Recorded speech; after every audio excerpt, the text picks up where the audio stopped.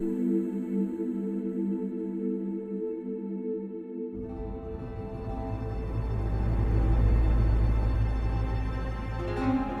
tapestry of destiny is sacred. We begin to finally see a pattern of the grand design yet to be revealed. Without soft reminders of what we fight for, the threads could snap. Now is a time to remember. Let us begin.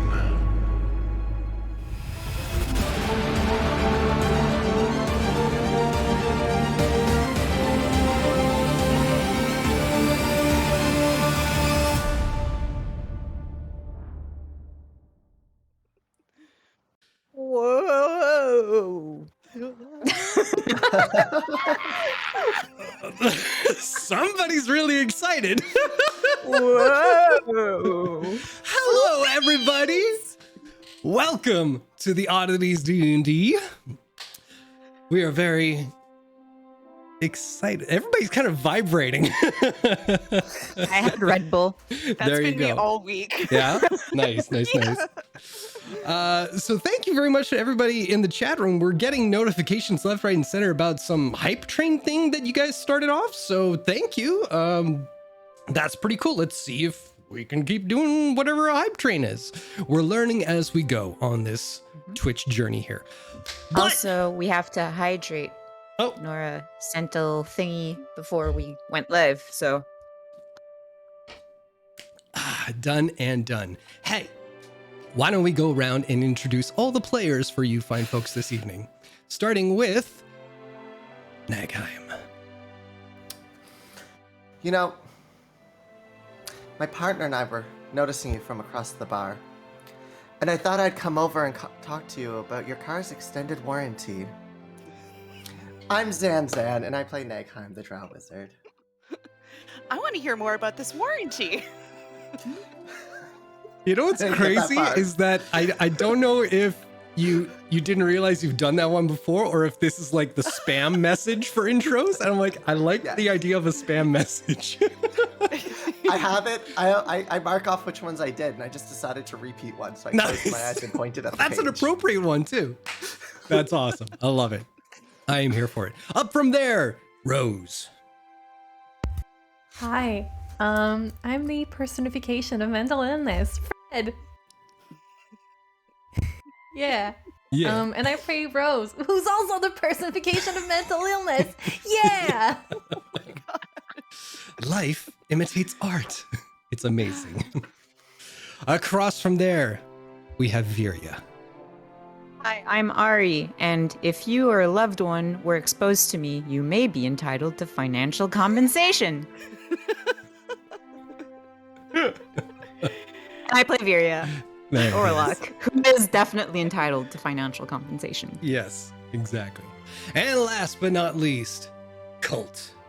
Hey, I'm Chuck. I play half-orc rogue Cult, who has no introduction needed. So there, eat it, everyone. I'm just kidding. I love you. Nom, nom, nom, nom, nom. And speaking of eating it, Cult, Chuck, Yeah. is going to be pulling the recap of last episode out of their buttocks. Take it away. I am. Hang on. All right. Oh, Jesus. Did you write something? Yes. Sure. Good evening. I'm Oh. Clip Rogers. Tonight on the Western Report, a shack in the Riffidmus jungles shimmies and shakes, apparently with a tin roof rusted. Interviews with the party afterwards indicated that old friends from Drinna had joined them inside the shack, but then attacked them. They attacked back, trying not to be lethal, but their friends turned into goo. The voice of the Dionysus also apparently vanished, revealing to be a fake.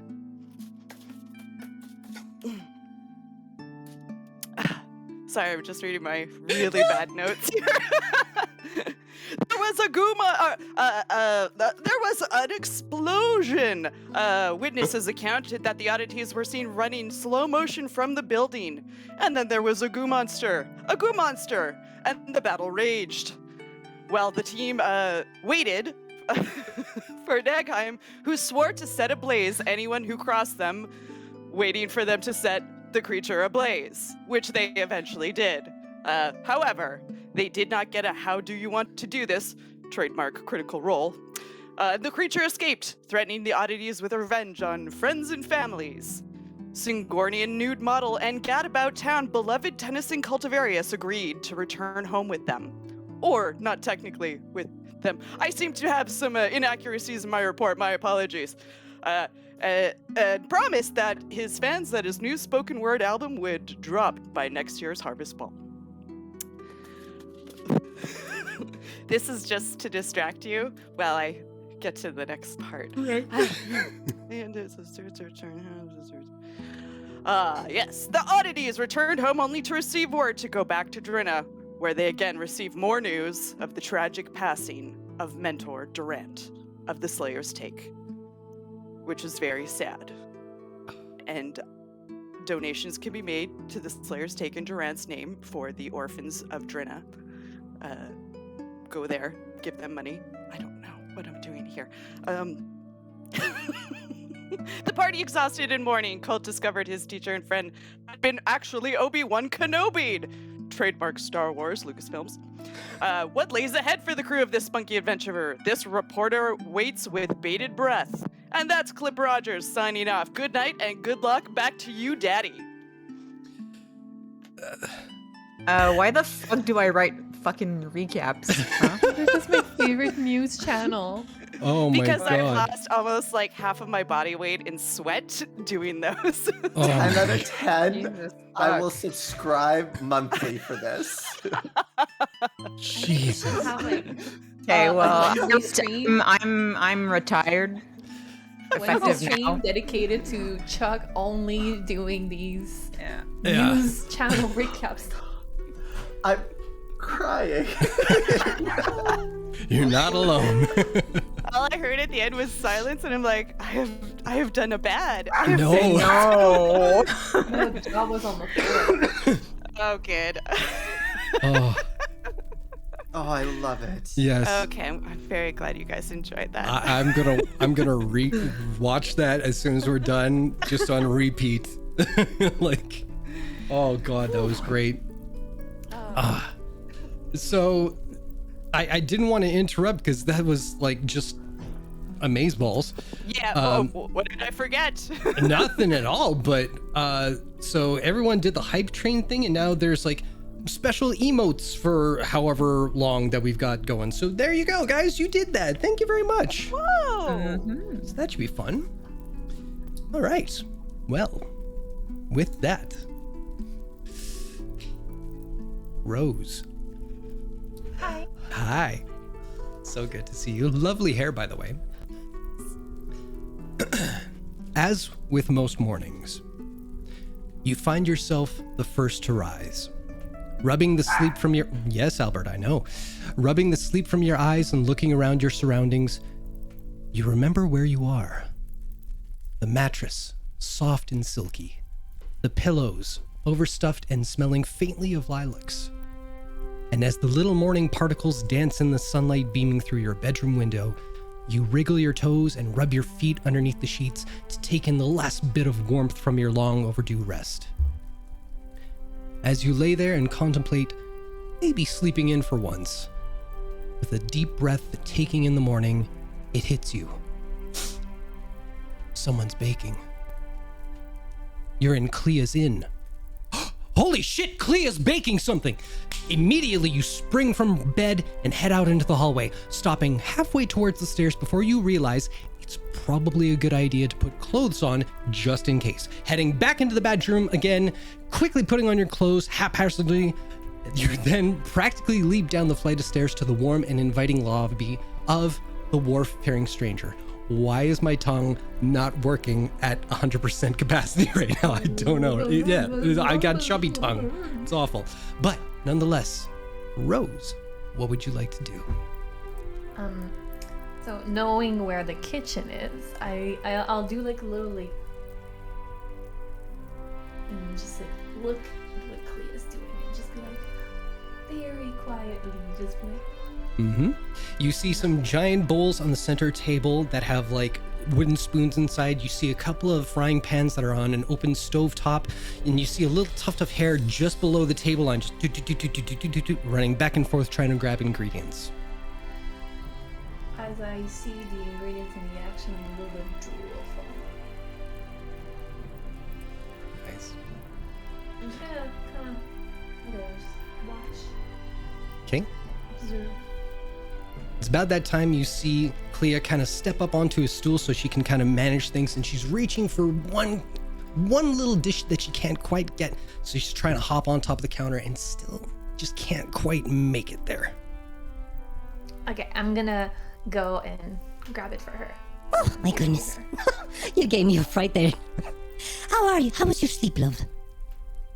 Good. I'm What? sleeping on the mattress. Oh, I bet. You adventuring don't have type, those you in the always sleep jungle. on the outdoors there. Oh, the jungle! Where were you in the jungle?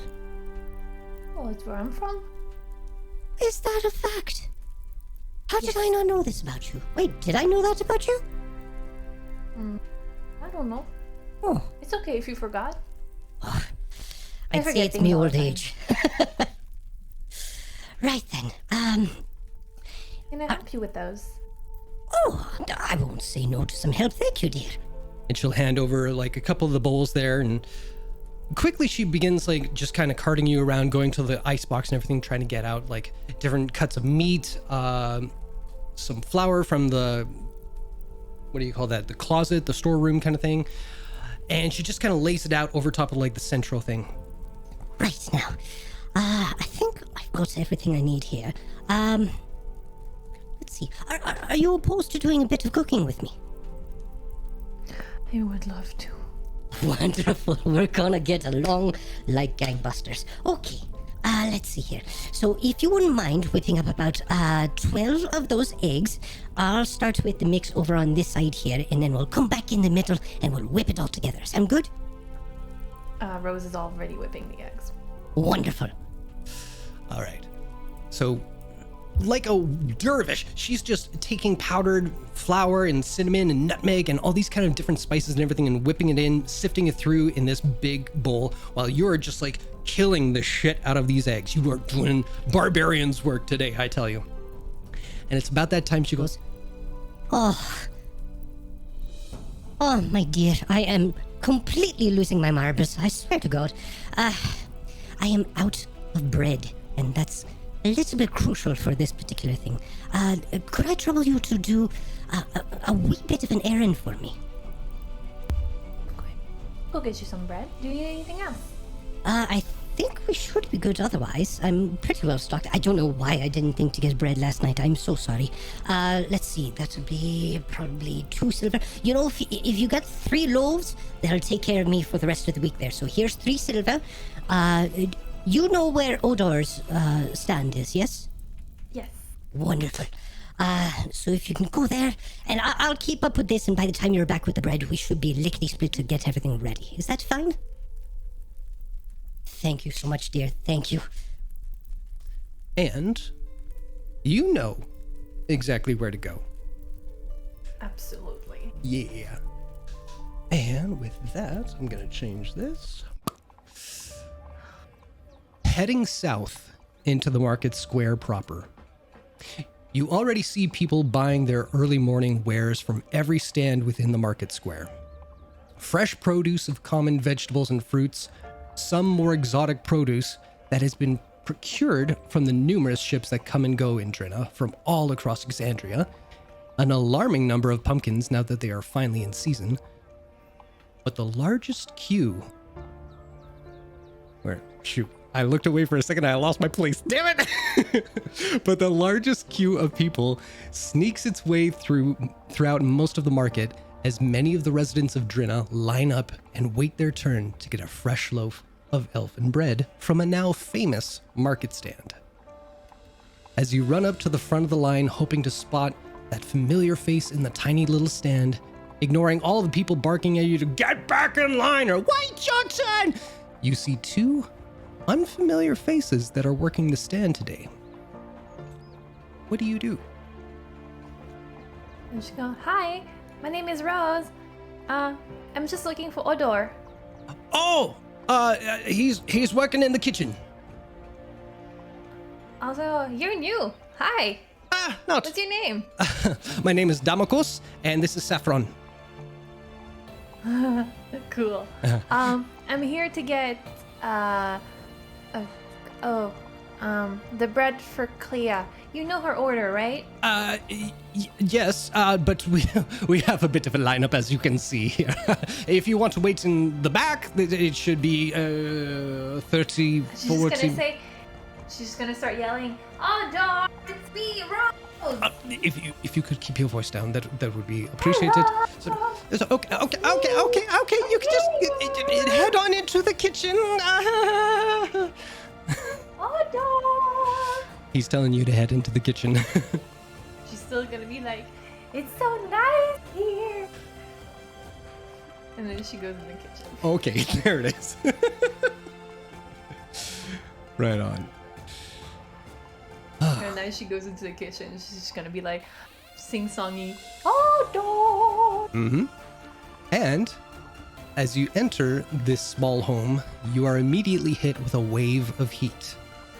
Nothing too overbearing for you, someone who is used to warmer climates living in the humid jungle of TAL'DOREI's southern region, but a warmth that would quickly bring sweat to your brow if you overstayed your welcome.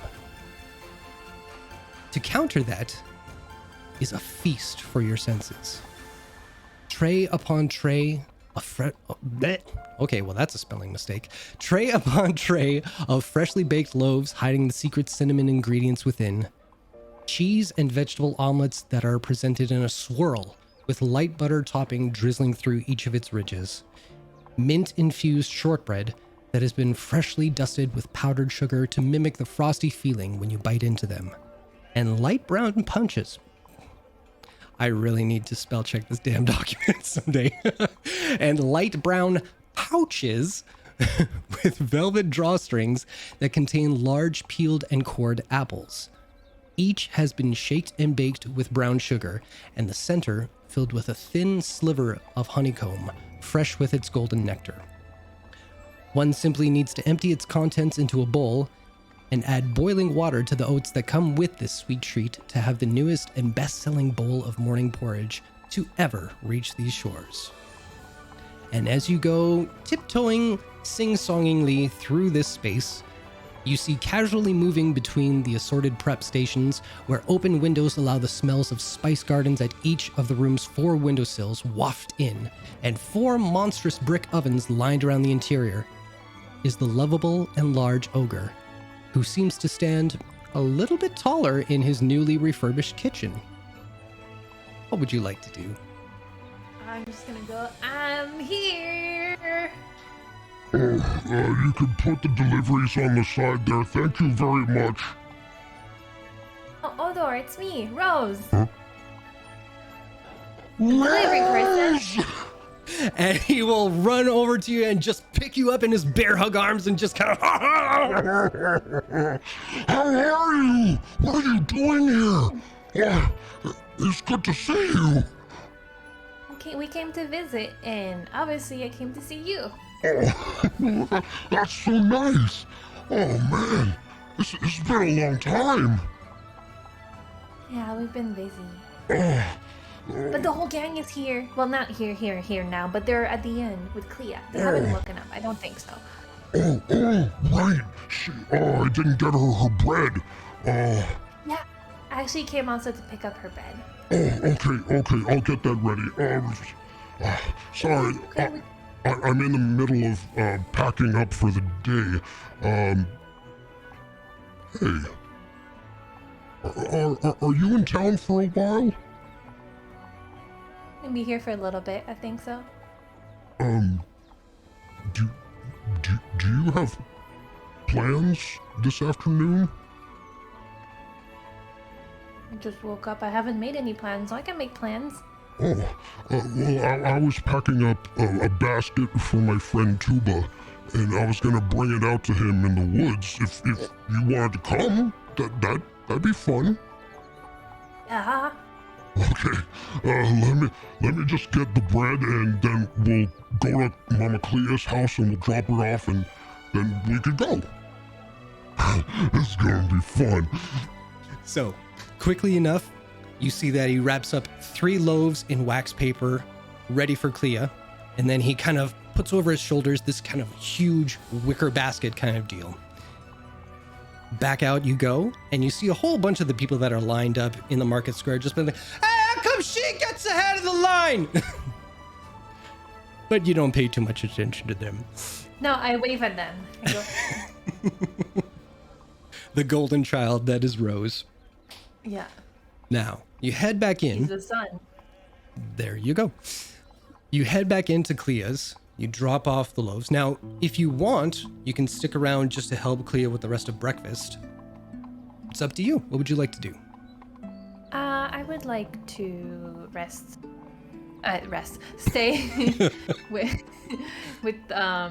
Clea and maybe encourage Odor for like a team up of Odor Clea breakfast supremacy.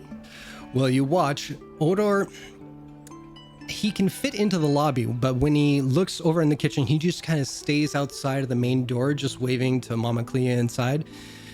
Because he knows that if he were to kind of travel through this kitchen, it's a little too squishy for him and for her to get everything ready. Yeah. But he just kind of waves there and he's like, Oh, lovely Odor. So good to see you, my love. Oh, thank you for the bread. You're a lifesaver.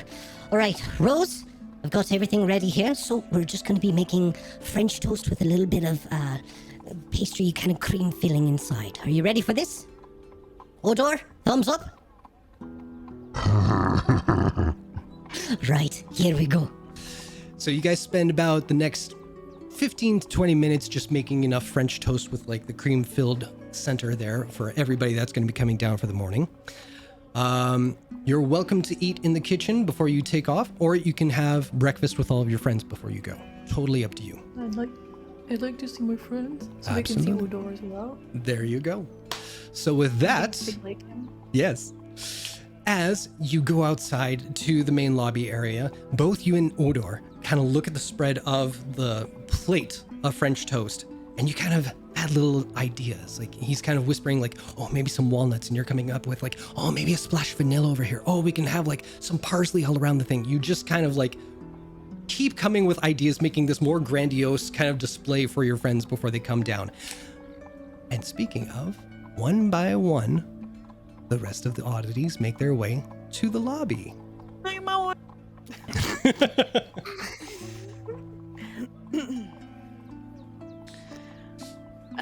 actually comes in from outside as he's been out back working with the mentor's sword and communing with his friend who now lives in the sword apparently. There you go. But that being done, he comes in slightly sweaty and is like, Odor, is that you, buddy? Hey, And he goes in for the shake and he grabs you by the bicep and the elbow and the forearm. So you're like, oh. Nice to see you. Oh, it's great to see you. And what's everybody else doing? Waving while this exchange happens. I kind of just have their tea already and a book. Just... Good morning.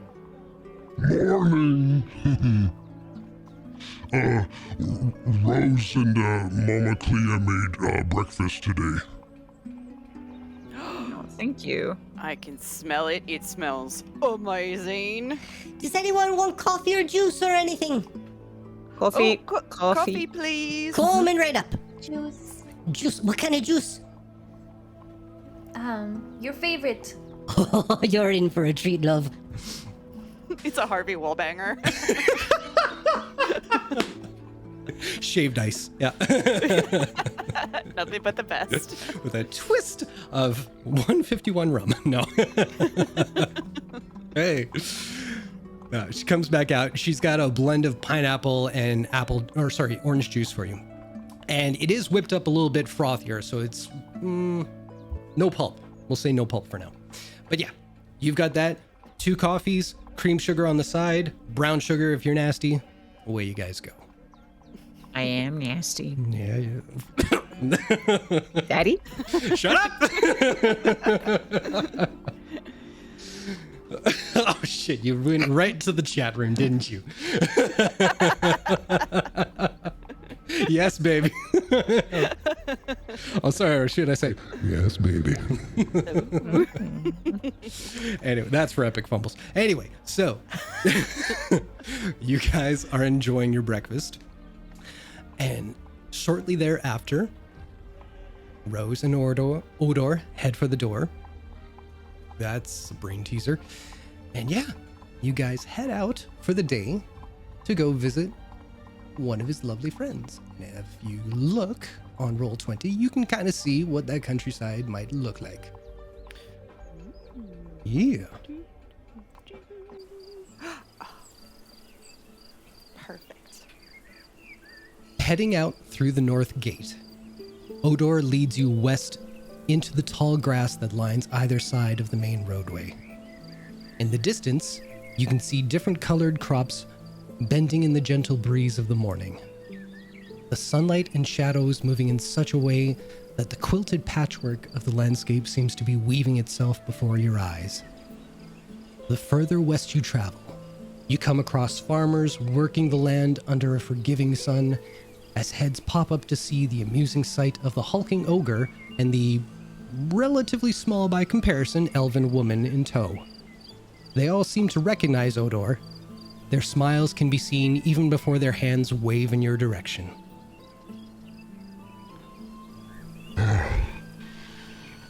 So, where have you been for the last little bit? What have you been doing? You were in the jungle. Where's the jungle? I think it's down. Like that way. Oh, I've never been But like down that really way. far that way, you know? Oh. Why were you guys there? Just a little meta note, Rose is not pointing in the right direction because she doesn't really.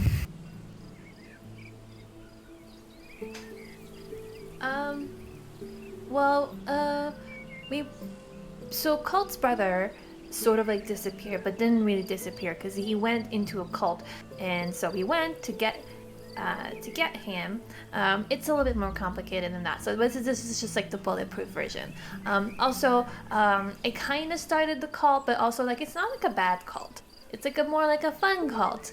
So yeah, we went there, and then there was someone bad there that turned the cult into something like cannabis. So we got rid of that person, but like not rid because it wasn't the person, it was goo. And yeah, now we're back. Oh no, wait. And then we went back to St. Gordon, but then we came here because we heard about Durand. So yeah. Oh. So, Yeah, goo. I got a little confused after you said cult. It's okay. Okay. It's confusing. But cult, you said cult has a brother? Yes. Oh, that's nice. Do you have Also has family? a sister. And a sister. Wow. Yeah. Huh. And, I'm sorry, do you have family? Yeah. Oh. Where do they live? In the jungle. Oh, you saw your family. Oh no, I haven't seen my family in years. I'm confused. I'm sorry. That's okay. So if wait, your family lives in another jungle, but not the jungle that you went to where Cult's family is. Oh, no. Cult's family is in Singorn, but his brother went to the jungle, so we went to the jungle to get him. But my family also lives in the jungle, but the jungle is really, really big, so we didn't go and see them. Oh, I get that. Most of the people I grew up with, they don't live in Drenna either. They're far away too, so I know what that's like. Where did you grow up? I grew up, well, I didn't really grow up. I was born near Kymel. Do you know where that is?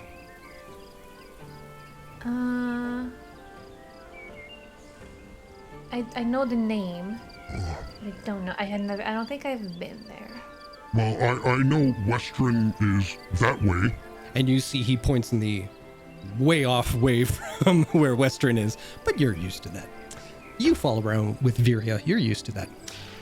So Western is that way, and then I think Kymel is that way from it, and that's where I was in the orphanage, and I was only there for a little bit. It wasn't very nice, but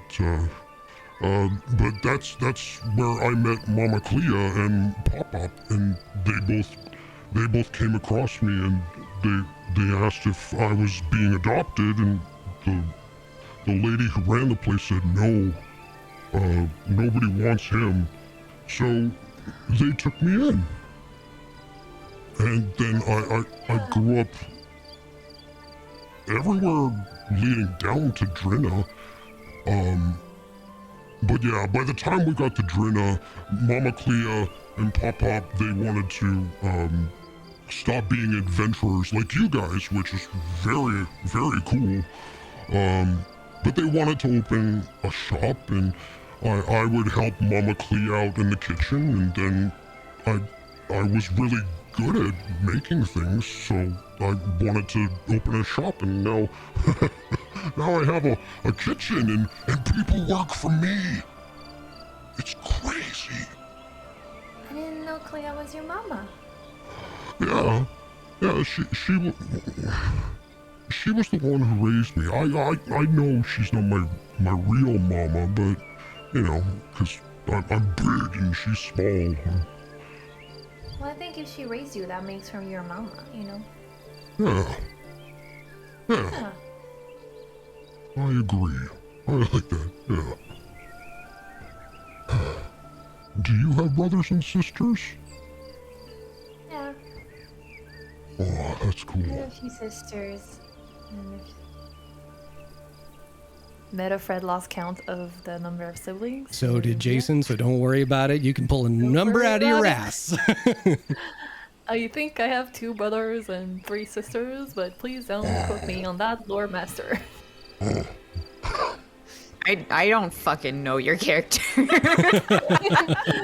don't have Stop it! Like, you could just bullshit your way through it and be like, oh. Hell yeah, we'll copy paste afterwards. open my character Google Doc. Trust me, I'm not like, oh shit, god damn it, now I gotta rewrite the whole thing. Oh, the big bad evil guy has y'all changed. taking notes when you say shit.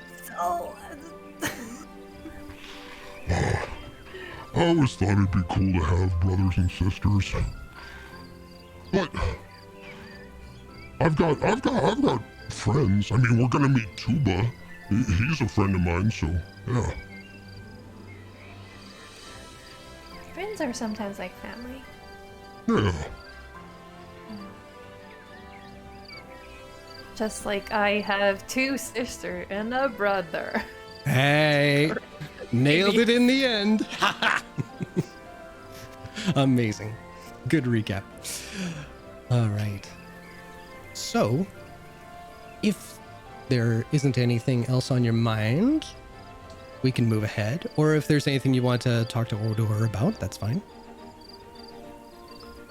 Okay. Before long, you come to the edge of the Western Forest. Looming behind it are the frosted tops of the Summit Peak Mountains, where even on this eastern-facing ridge, you can make out a few of the orbiting landmasses that float alongside the clouds. As Odor leads you deeper into the forest, he occasionally and courteously offers you a helping hand over rocks and shattered trees, even though you most likely don't need it. The surrounding forestry gives you a calming sense of home in the Riff and Mist jungle, albeit now without any anxiety of being confronted with your past. Instead of the humid mist of home, the shade the treetops provide actually offers some cool relief from the warmth of the first half of this trek. Before long, Odor stops and points out a dried out riverbed, where on the opposite side you can see a large darkened burrow. Your excitement of seeing a real live owlbear for the first time is halted when you see the look of concern on Odor's face. I'll get you to make a perception check, please. I'm pretty good at those. Yeah, you are. Oh, wait. Oh, I love my character, so I need to, like, do this thing here. Okay. Perception. Yes, please. So that's a 13. Not my best. It's not your best, but it's not the worst. Even from this distance, you can taste that hint of iron in the air that lets you know blood has been spilled. Tuba! Tuba! And you see Odor sprint down the side of this ravine, trying to go into the burrow to look around to see what's happened. What would you do? I'm gonna run after Odor. Be like, Odor, careful! There's a bear! The bear! And run after him. Oh, bear! You can see he is frantically looking around for his friend. I'm gonna help him Okay, look for his friend. make an investigation check with advantage because he's helping you. One more time. Ooh, unfortunately, you don't find anything that resembles an owlbear nearby. Do you stay on the outside or do you look within the burrow? But where is Odor now? Odor is kind of looking around the outside, just trying to make sense of what's going on. He's going above the burrow to see if like he can see maybe Tuba's not too far away in the tree somewhere. He's trying to see like any kind of tracks or anything like that, but he's not making much progress. I tell Odor, I'm gonna go check the burrow, okay? Keep an eye out. I'll come with you. Hold on. And he kind of makes his way down again so he can join you to go inside the burrow. Now, searching inside the burrow for any evidence of Tuba or what may have occurred here, I'll get you to make another investigation check with advantage. What's a burrow? A burrow? Oh, it's kind of like it's like a cave, but like mud and dirt and everything like that. It's like where rabbits kind of burrow into the ground, but it's a much larger one. What's that? Arterie, okay, thank you. Oh, French. I'm sorry. Thank you. I was like, what does this word mean? So investigation, you said? Yeah, with advantage. I think Ari saw the panic in my eyes. I'm like, I don't understand a word. You can stop me at any time just to ask. I'm like totally cool with that. Okay, 16. So, you are in there searching for a huge owlbear, which unfortunately you do not find. You instead find deep in the back of this woodland home a nest, and within it a fairly large egg that was thankfully obscured by much of the surrounding debris and twigs. Oh. Wait. Oh. I think Tuba's a girl. Wait, is what? She's got a baby. Tuba's bird? Tuba is my owlbear friend. Oh, owlbear can do eggs. I never thought of that. Me neither. Oh.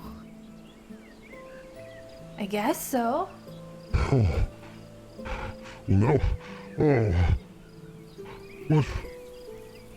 what if something happened to Tuba and she's... Well, go there. We don't know yet. We gotta find her. And he heads back outside trying to look around again. And it's as you're leaving that you do see, just outside the burrow, you see splashes and droplets of blood on the ground. No. But more importantly, you can make out multiple footprints, as well as flattened grass by something fairly large. Multiple grooves along the mud look spaced out enough to be claw marks, digging their way through the mud and grass. And the tracks seem to lead away to the north. What do you want? Follow the track, please. Okay. Do you take Odor with you? I'm gonna tell Odor about the track and ask him if he wants to stay behind to watch the egg or come with me. No.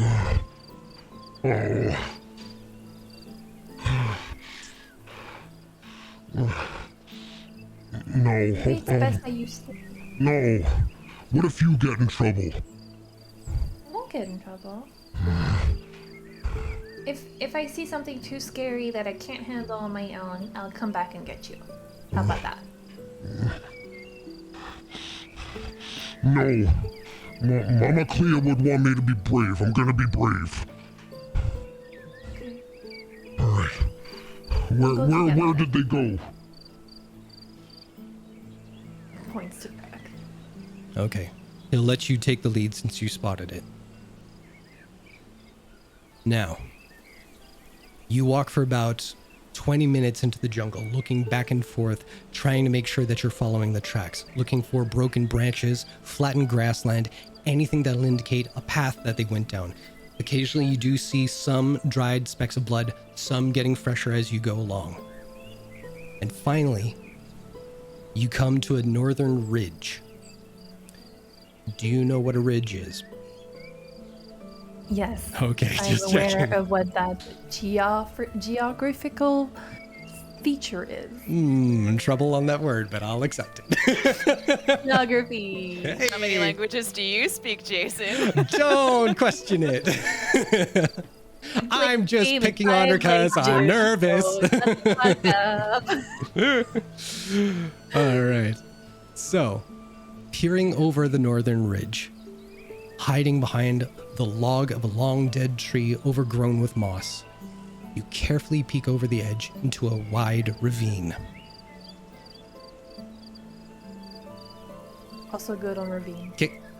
In the center is a small campsite where a low burning fire has been set. A few tents on either side have been set up, and multiple animal furs line their interiors. Beside each of these tents is a tanning rack, where you can see creatures of varying sizes being treated by whoever this campsite belongs to. You can't make out any humanoid figures as of right now, but you can easily see 4 large cages, 3 of which are currently occupied. And there, well, make a perception check.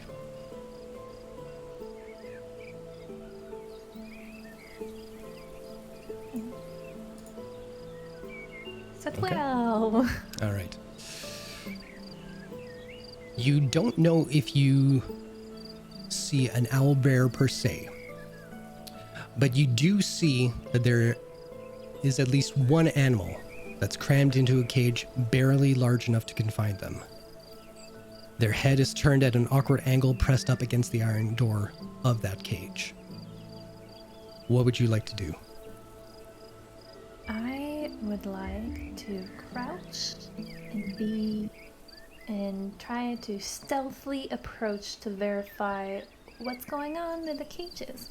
But I know that Odor might not be as stealthy as I am. He's going to try his... Yeah. I'm gonna suggest Odor be the lookout and warn me. Okay. By making bird noises. You can warn me by doing bird noises. If anyone is approaching, or like if my cover might, be blown. Okay? How about Caw-caw! Great. It's really good.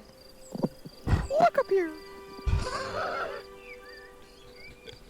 So I will stealthily approach. All right. I don't know. I'm imagining there are probably some bushes, so I'm gonna dive into the bushes. Dive into that bush. All right. Make a stealth check, please.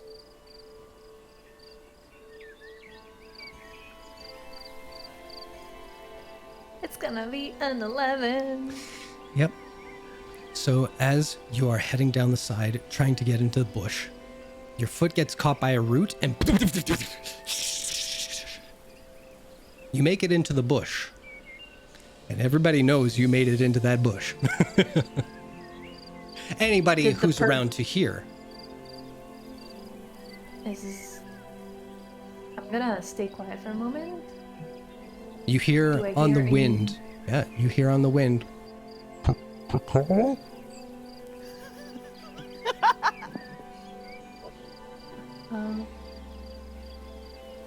Do I see anyone or anything? Make a perception check. Side note, I literally taught her nothing about stealthing. My god. What are those perception rolls? Chuck, I'm gonna need you to start burping, please. I did pre-stream. Oh, did you? I didn't catch it. That's okay, that's pre-stream. No, I'll okay. do my best. Oh, bloody pre-stream. All right. So, Rose, you're Welcome in to a the bush. DOREI experience. Rose, Perception rules. yes. Sorry, okay. You are in a bush, and you don't see or hear anybody, except for an odd bird that you just realized, oh, wait, no, that's Odor. Okay. Okay, she's gonna pop up out of the bush and just go, "Whew, that was a tumble, eh?" You're okay. See? Who says that? Odor. Oh, okay. All right. What do you do, I bush lady? Do I see now anyone Nope. that would be awesome? Nope. Okay. Well, there's no point in being stealthy anymore because my cover's blown already. So I'm just gonna approach the cage and be like, "Howdy, is one of you tuba?" Well, the animals don't talk, but you can go up to them and you see the first cage that you're closest to. Oh, actually, let me take a look here just so I know what I'm talking about. The first cage you see, unfortunately, is coated at the base of it with blood. Long dried That blood. looks uncomfortable. Yeah. And these cages are large enough that they tower above you. And they're about 2 or 3 of you wide as well. The second one, you see that there is what you imagine to be a saber-toothed tiger.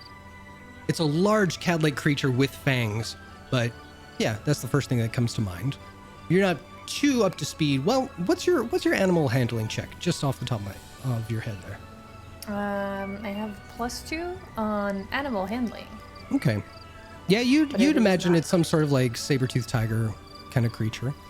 Another one close by is probably like some sort of wolf, but a little bit larger than a wolf that you're used to. So probably in the dire wolf, if only a cub, still fairly large. But it's when you get to the third cage, furthest from you, crammed in there so tight that tufts of feather and fur are poking out of all the little slats or slits in the cage itself. That's when I look over at Chuck and I know I said the word slit and she's just having a good old laugh in her head. Oh, it was the sluts that got me. Oh, I tried to say slats and it came out sluts, didn't it? Continue, please. Who's your Paint us a daddy? word. Anyway. Daddy. And you see, with the side of their face kind of smushed up against the doorway, you do see a beak. What would you like to do? I'm gonna go up to that cage and be like, "Oh my god, you must be Tuba!" Oh, yeah, you're probably in a bad mood. Listen, I am gonna open that cage up for you. Will you hurt me?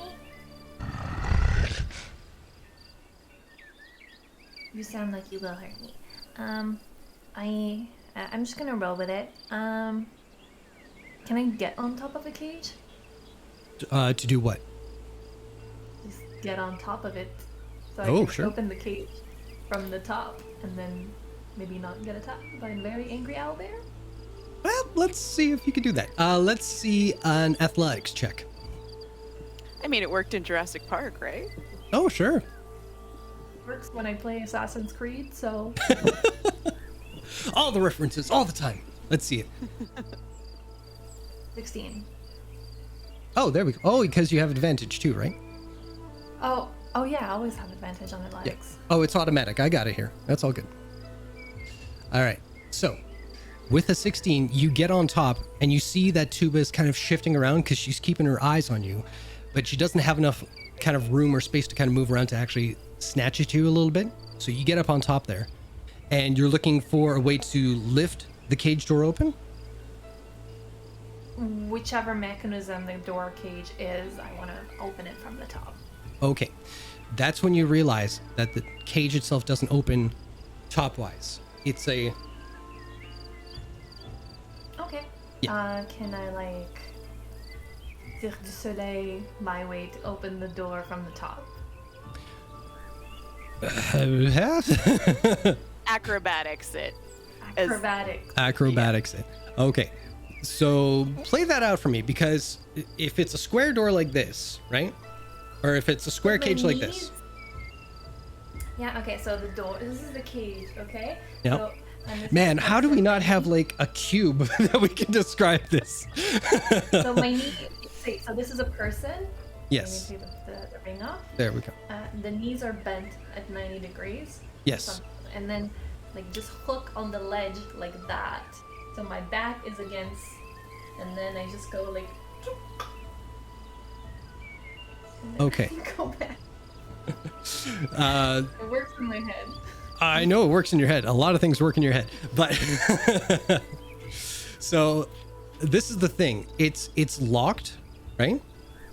So you would have to make a lock picking kind of check with something that'll work, and then it's like on hinges, so it'll open outwards. Yeah. Okay, I'm gonna. Okay, from the top of the cage, I am gonna jump and kick the lock to destroy it, and then open it. Okay. Make an investigation check for me, a real important one. Okay. So, you see that it's not like a padlock on the outside. It's an actual like flat key goes in. Yeah. I have to find a key. Okay, fine.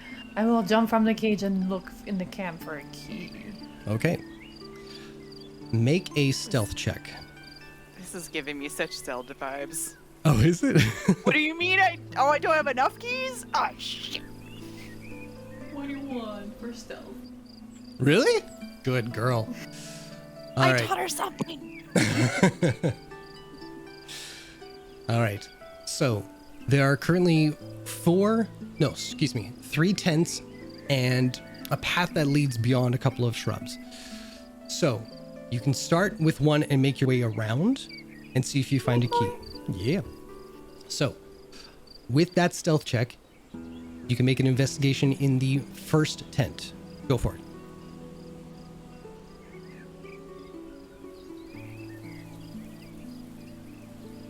This is like, Yeah, it is. All right. So unfortunately, you don't find a key. You find a couple of maps that have like a topography of like the area and everything like that. You find books, but you don't know what they are about because you can't read yet. You do. I'm gonna steal those. Sure, go for it. Mark that down too. Friend who likes to read. Hells yeah, mark that down.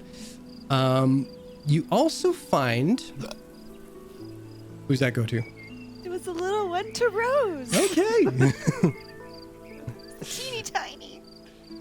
You also find a coin purse with not much in it.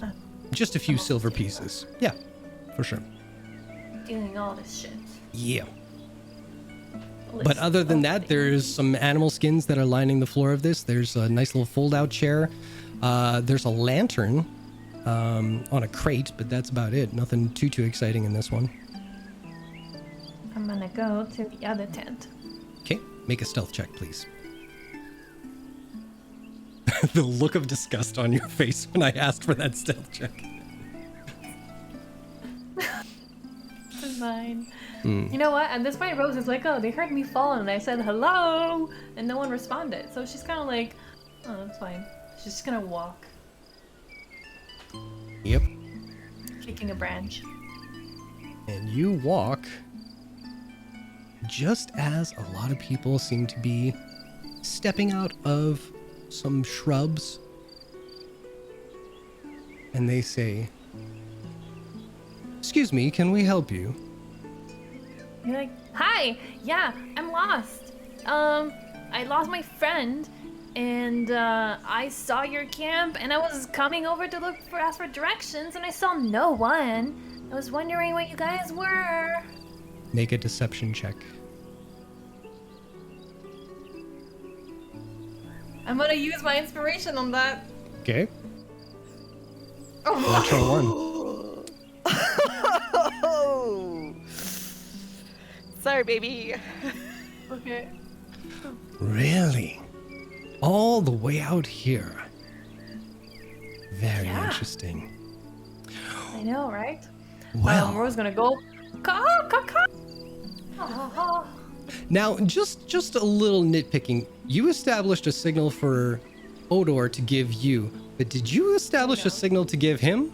No. All right. She's gonna hope that Odor understands that she needs help. So in response to that, caw, caw, caw, everybody looks around and guess what, Rose? Roll initiative. Oh my god, solo combat.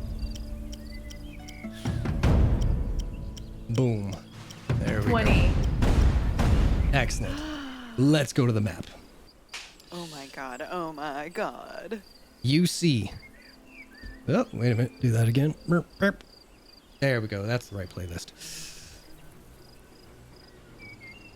You have a 20 initiative, yes? And I don't see my token. Should be by the second tent there. There's a tent. Oh, on the okay. Zoom. Ooh. Right. Yeah. Oh, trust me, I've done that many a time. Sure. And for these guys, where's their thing? Where's their initiative? Oh, it's 0. How fun. Thank God. All right, groovy. Boom. Rose, you are up first. What would you like to do? You see in front of you 6 splayed out poachers. Some have clubs, some have swords, some have crossbows. What would you like to do? I would like to specify that all my following attacks will be non-lethal, Okay, or at least aim to be non-lethal. with an axe, right on. With an axe, yes. Let's do it. I'm gonna rough them up.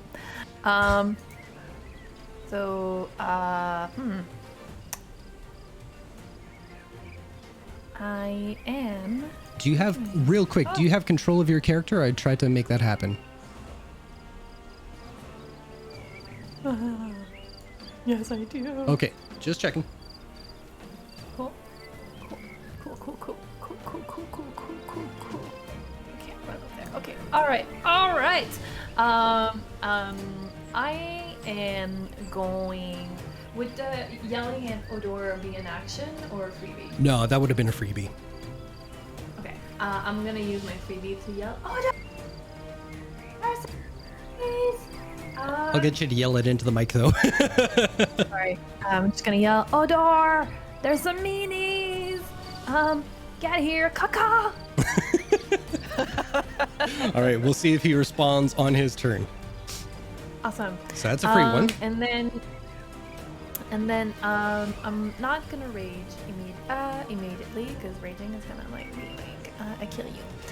So instead, I will attack. Okay. Using the other end of my axe. Because is non-lethal. This guy here, and hoping that he falls unconscious. Okay. Let's see it. Make attacks. If I'm not attacking with the metal part of my sword, am I still using Your great my axe? sword? Yeah. Yeah, My I'll attack- say yeah, you my- use the flat of the axe. That's cool with me. Yeah. Yeah. Cool. Okay. Roll some damage. And we'll call it bludgeoning damage instead of slashing. Okay, so 18 points. Yes. Okay. Make your second attack if you like. And again, hope he falls unconscious. 21 hits. Roll for an damage. Yep. 18. He is knocked on his ass. Unconscious. Awesome. Plan's working out. So that's one down. And- I just took him off the board. He's not dead. He's just unconscious, like you said. Obviously, I'm not charging my axe because there is no blood being spilled. Exactly. Good looking yeah. out. I'm proud of you. Right on. And I will move forward to this guy here and be like, "What's up? What's up?" Make an intimidation roll.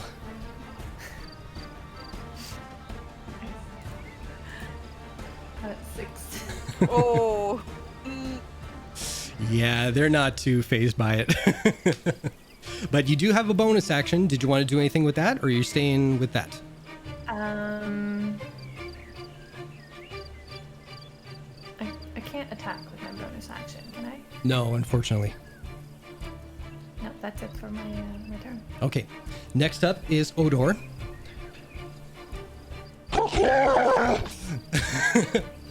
And you hear the rumblings of a giant ogre marching his way down to Marching his way down in between the cages. So past this assailant that's in front of you right now, you see the large frame of your friend Odor in between all the cages. What should I do?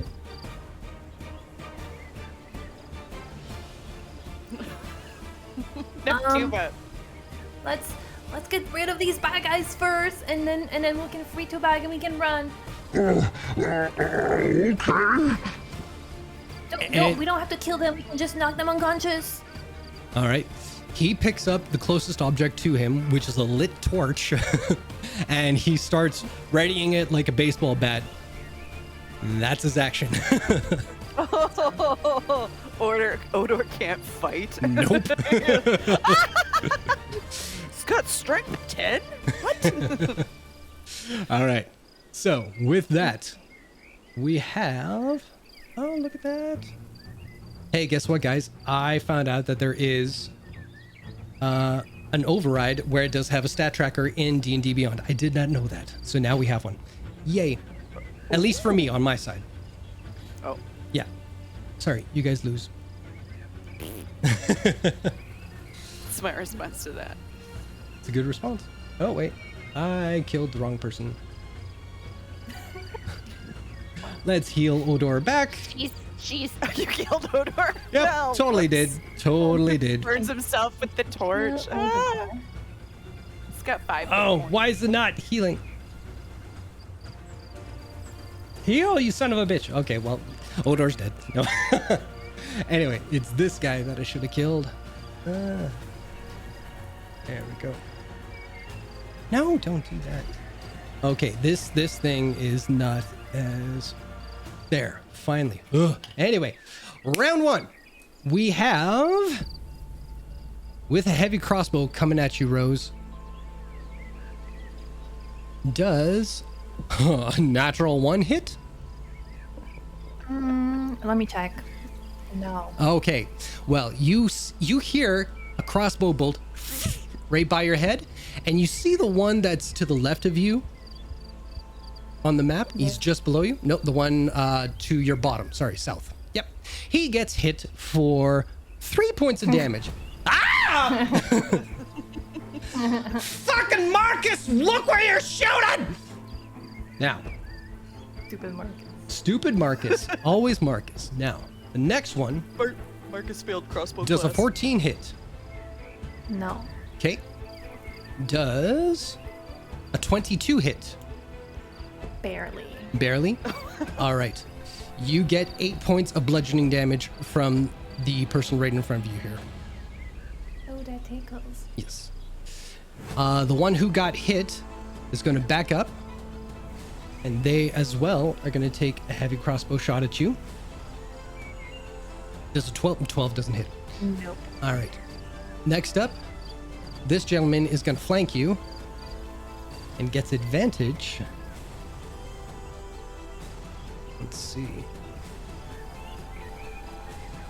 Does an 18 hit? Yes. Okay, 3 points of bludgeoning damage. Second attack. Does a 17 hit? Yes? Fred, you still there? Does that hit? That hits? Okay, Yeah. thank you. 5 points of bludgeoning damage. All right.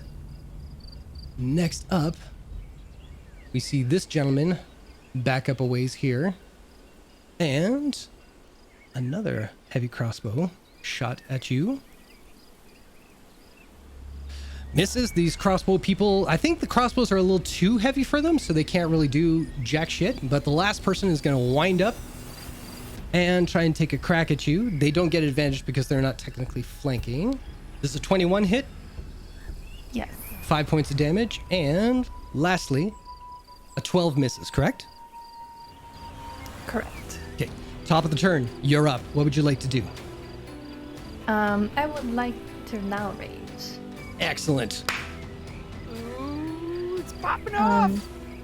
But my attacks will remain non-lethal. Mm-hmm. I would like to, if you will permit it, now that I have 3 people that are around me in such close proximity, I would like to take my axe and do like a C motion. Okay. action, and hopefully, open all 3 of them. I will say that will burn both your attacks. And if it's successful, we'll do it. Okay. Let's see it. Let's see it. You have to beat an 11.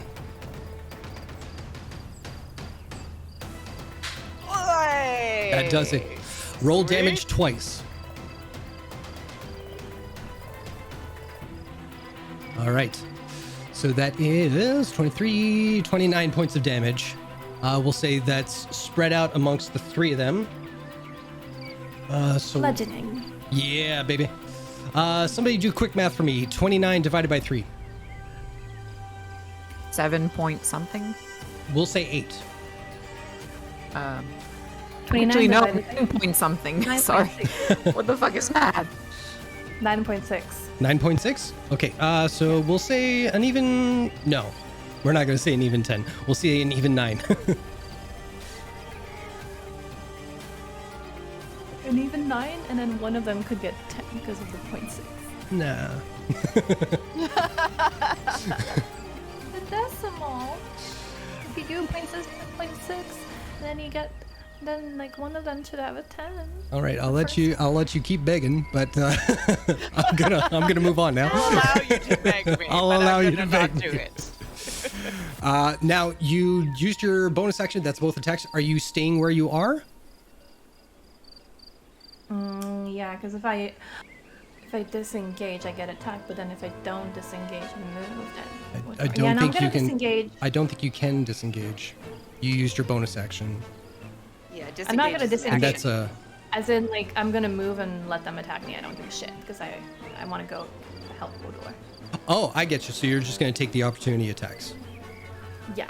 Okay, that's I cool. believe it's called a Leroy Jenkins. Ah, gotcha. I'm gonna Leroy Jenkins it. Excellent. All right, show me where you're going tickle me- first. Tickle me all you want, little motherfuckers. I'm gonna go right here. Okay, And actually, no, I'm gonna go right there and bully the guy. sure. Like- You know what? I'll say you can go on the opposite side of him, just because you can move through friends, but not enemies. Yeah, just on the bridge there. That'd probably be as much as you can, unless you want to make. If you want to make an mean, I acrobatics check, I'll let you get to that other square there. Yes. Go for it. Let's see it.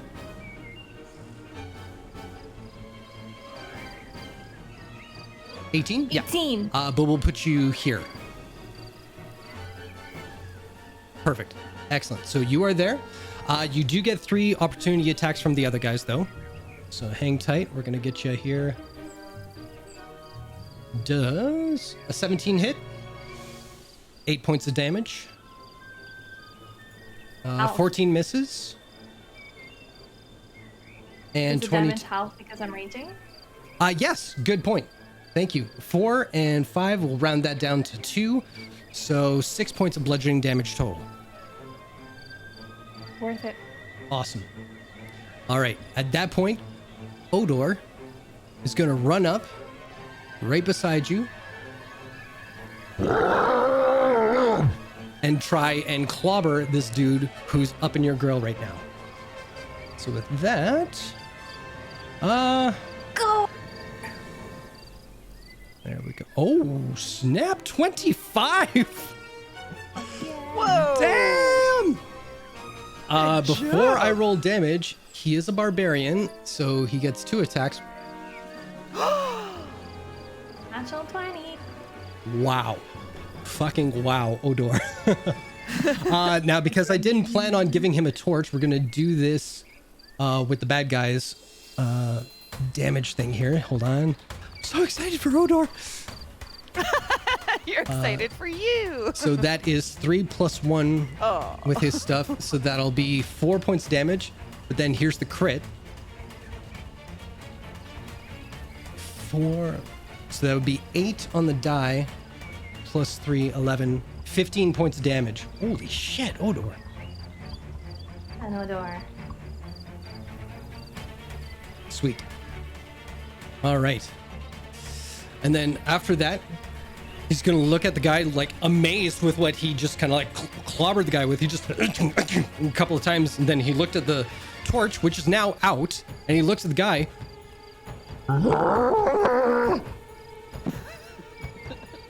And why not? He's going to make an intimidation check. Yeah. Let's give it to the boy. Let's give the boy a chance. Oh, that tracks. That's a 9. All right. With that, it is the poacher's turn. So the one that is closest to you right now that took a little bit of damage there, they're going to take a swing at Odor. Oh, it went from a 19 to a natural 1. Good Lord. And then another at you, Rose. Does a 16 hit? Meat. It meets? Okay, so that's 3 points of bludgeoning damage. And then, seeing as how that is a precarious situation for them to be in, they are going to try and run back towards their friends. Opportunity attack. Hells yeah. Odor really doesn't know what that is, so he's going to biff it on that one. But you go ahead. Oh, booyaka shot. Right on. Let's see some damage. Did I? Which roll? Okay, sorry. I thought I rolled a different weapon. Okay. Oh, no worries. Did that do the crit damage with it there? If you look at what the dice in D20 rolled, if it's... I don't think so. I don't think so. Okay, that's fair enough. So we'll say 20 bludgeoning damage plus 3 rage. That's 23. You hit him so hard, he doesn't get a chance to move. Instead, he takes... Like, he sprints off, but then you clock him, and he... And he falls down into the ravine underneath. My next attack was going to be trying to push him off the ravine. Hey, there you go. So that guy falls into the abyss. Not really, though. There's like a lake underneath there. He's still alive. Exactly. Next up, these two are going to move in position there. And this guy is going to block off one way and right there. So you've got one guy who is opposing anybody who's coming across the bridge there. He's going to hold his action for anything to come his way. But other than that, the other three on the other side of the bridge, they're going to take 3 heavy crossbow shots. So the first one misses. Okay, the second one I believe hits, correct? Yes. That's 1 point Great. of One. piercing damage. Yep. Jesus Christ, these guys are like fucking stormtroopers, I swear. Okay. So you get hit for... Marcus skipped crossbows class. Exactly. And with that, Rose, it is your turn. What would you like to do? I will approach Buddy over here.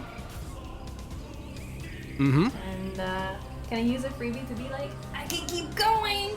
Well, Sure. as you say that, he's going to take his attacks on you because that's the action he was holding. Oh. See, that's 5 of damage. Oh, okay. There's so many 20s, and there's 2 of you playing. Yep. All right, so that is 14 can't points do of it. bludgeoning damage, broken down to 7. And 17 hits, correct? Yes. Okay, so that's 3 points of bludgeoning damage as well. But now, you have taunted him. Do you want to make an intimidation check? Absolutely. Let's see. Oh, fuck. Oh, Rose. This tracks. one. You are just a ray of sunshine. That intimidation is just not your strong suit. We'll see if you can persuade him to jump off the bridge next time, though. So, you have your actions. You have your bonus action. What would you like to do? I would like to try to grapple him and use him as a human shield against his peers. Fuck yes. Let's see it. Make a strength check, please.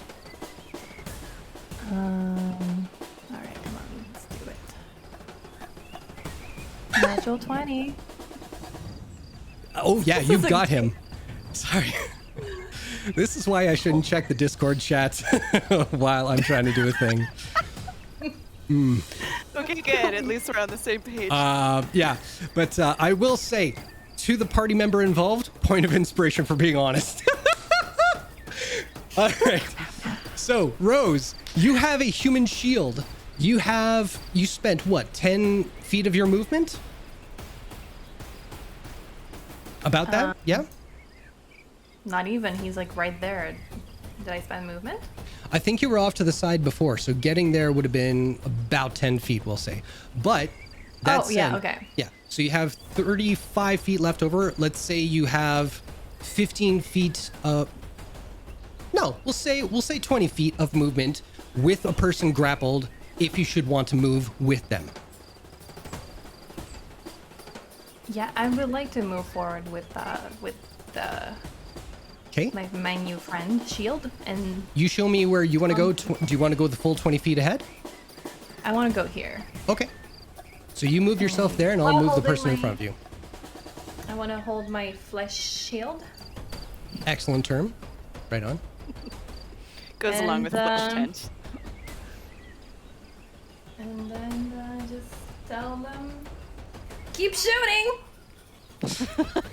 All right, we'll call that a bonus action. So make a persuasion check.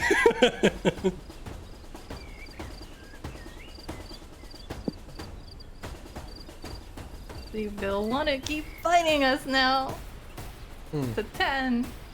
It's better than your intimidation, so you're on the ups. So there you go. All right, so that is your turn. Is there anything else? No, we got bonus, we got movement, you got your action to grapple them, you got them. They're not going anywhere. It is Odor's turn. Odor's turn. There we go. Words are hard, people. Okay, with that, Odor, seeing that the bridge is not looking like it could take his weight plus yours, he's gonna stay back, but he doesn't want to be someone who's not helping the cause kind of thing. So he will turn and look at Tuba, and he will try to get her free somehow. So with that, he's gonna make, God, he doesn't know locks, he doesn't know anything like that. He's gonna make an athletics check just to try and rip the damn door off.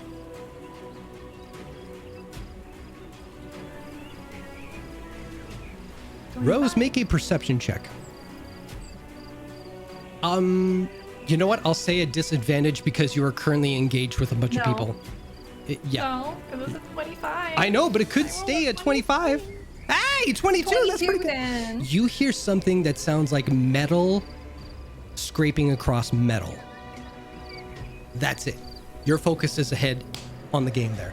So, with that, jumping back to the poachers, they're all going to move into a position like so. And all three are going to take heavy crossbow attacks at you at disadvantage. While they're doing that, can I whisper in the ear of the guy I'm holding and be like, your friends are gonna shit at you? Oh, yeah. And with a 15, they do. Oh, God. And they hit him for 8 points of damage. Oh, my God. I like Is how he still cheerfully alive? Dark Rose gets. So count with me, folks. So that's 8 points of piercing damage plus 6 points of piercing damage that this human pincushion just took. So that's 14, I believe.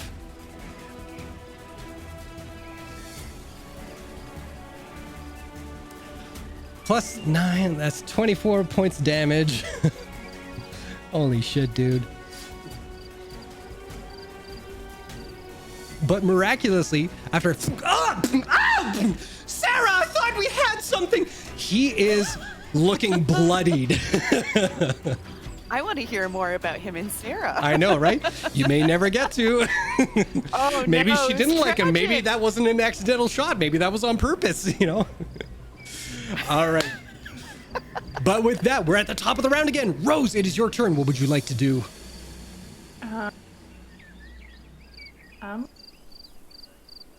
I'm tired of this shield, so I'd like to throw him down the ravine. Fuck yes. Make a athletics check. When barbs are allowed to barb. 26. Chuck, would you mind doing the sound cue again for this gentleman being yeeted off the side? This just in, Clip Rogers would like to say. And they are overboard in the drink. Goodbye. You just saved somebody's life by trying to drown them. That's amazing.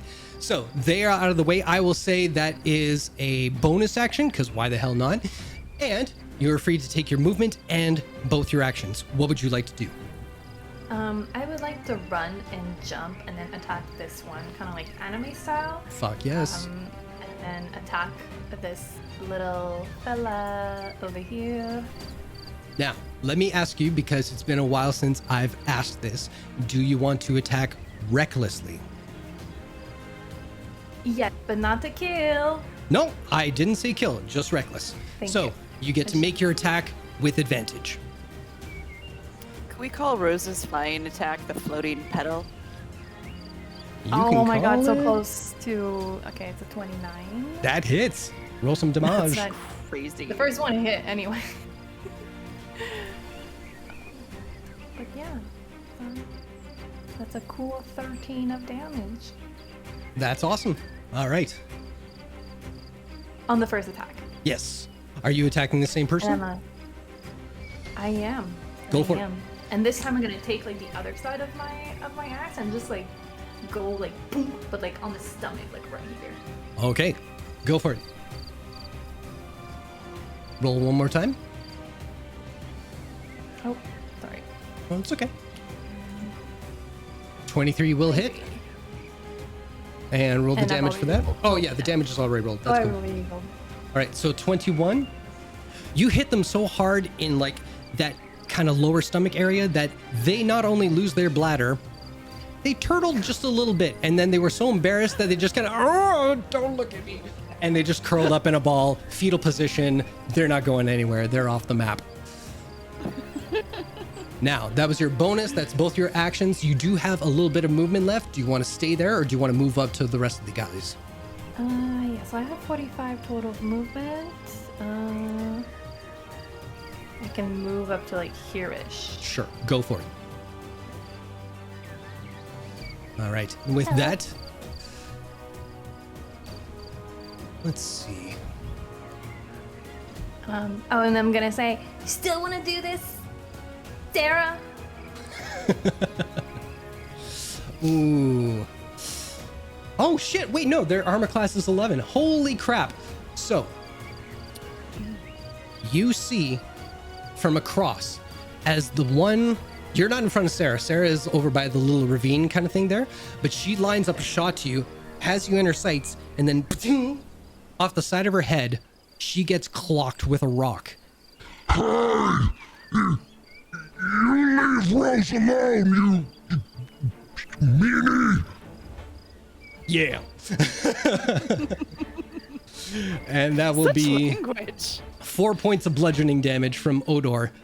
Oh, good job, Odor. Yeah. I'm done.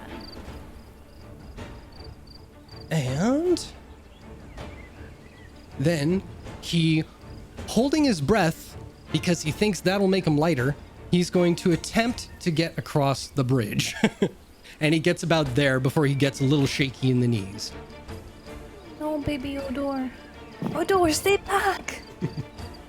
All right, but with that, oh, that one's gone. Oops. Man, I have got to get used to this initiative thing. Jesus Christ. But with that, Sarah kind of shakes her head a little bit, lines up a crossbow shot against you. 13 misses. And then the gentleman who is right in front of you there is going to take 2 swings with advantage against you. Nope. Nope. Good Lord. Their second round, hopefully they get a shot this time. 19 or... Yeah. 19 hits. 2 points of bludgeoning damage.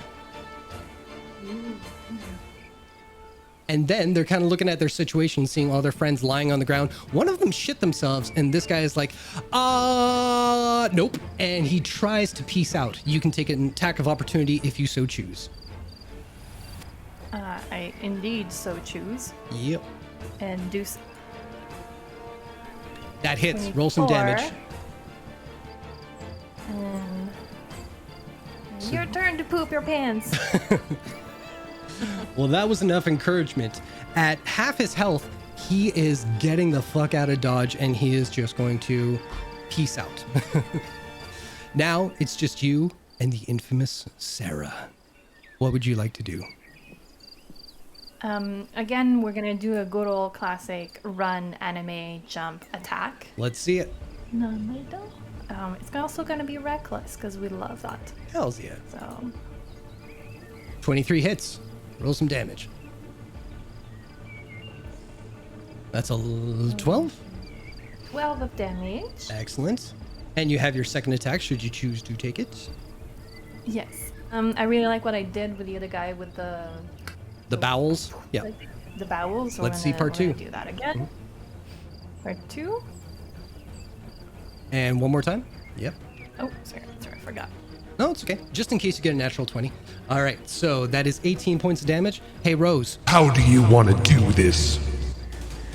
Well, I do this, and I hopefully watch them fall unconscious on the ground, and then I will pick them up and throw them off the ravine. Oh my god! It's not me that's killing them, it's the water that will drown them when they're unconscious. Exactly.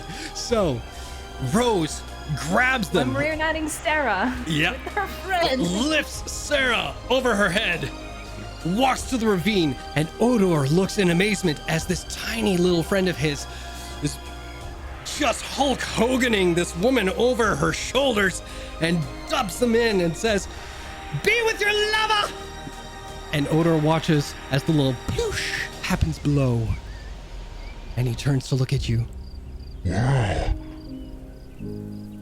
I'm really scared of heights. Can I get off the bridge? Yeah. Thank Go on the you. other side. I'll meet you. All right. And as you both turn to go to the other side, you hear ting as the cage door rips open.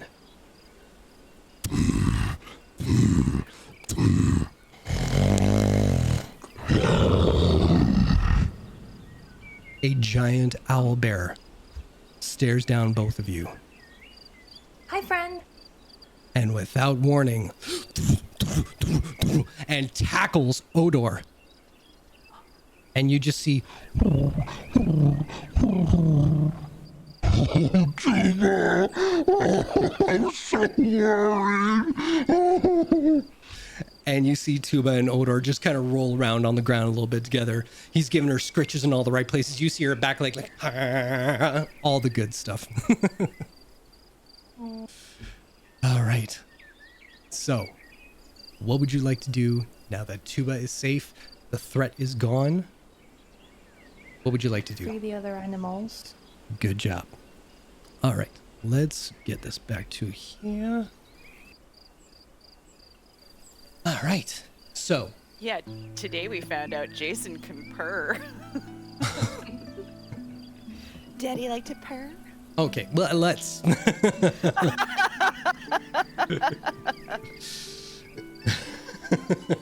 Oh, not Nora too. Everybody's on. No. All right. Regardless. So, without fail, you use your axe. You kind of use it as a winch kind of thing as Odor kind of tries to open it up. And any animal that's in there that kind of takes like a little bit of aggression towards you guys, you do hear Tuba kind of, and they snap back in line. And then they just kind of make their way back into the forest and out of sight. Yeah. We are not on top of this today. No, but I am for some stupid reason. All right. With that, you head back, following Tuba back to her nest, and you set aside the food that Odor has prepared for her. And once they are both settled in, the sun begins to set. Both you and Odor head back the way you came from Drinna. And as you both enter Drinna once more in the late afternoon, you scan the crowd in the market square and see that your friends are all seated at the table that you had your last meal together at before leaving for your first adventure in Westrun. Hey everyone! You're never gonna believe it.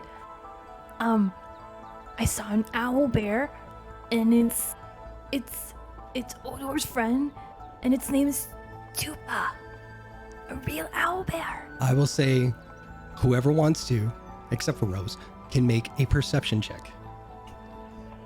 Or why not? Go for it.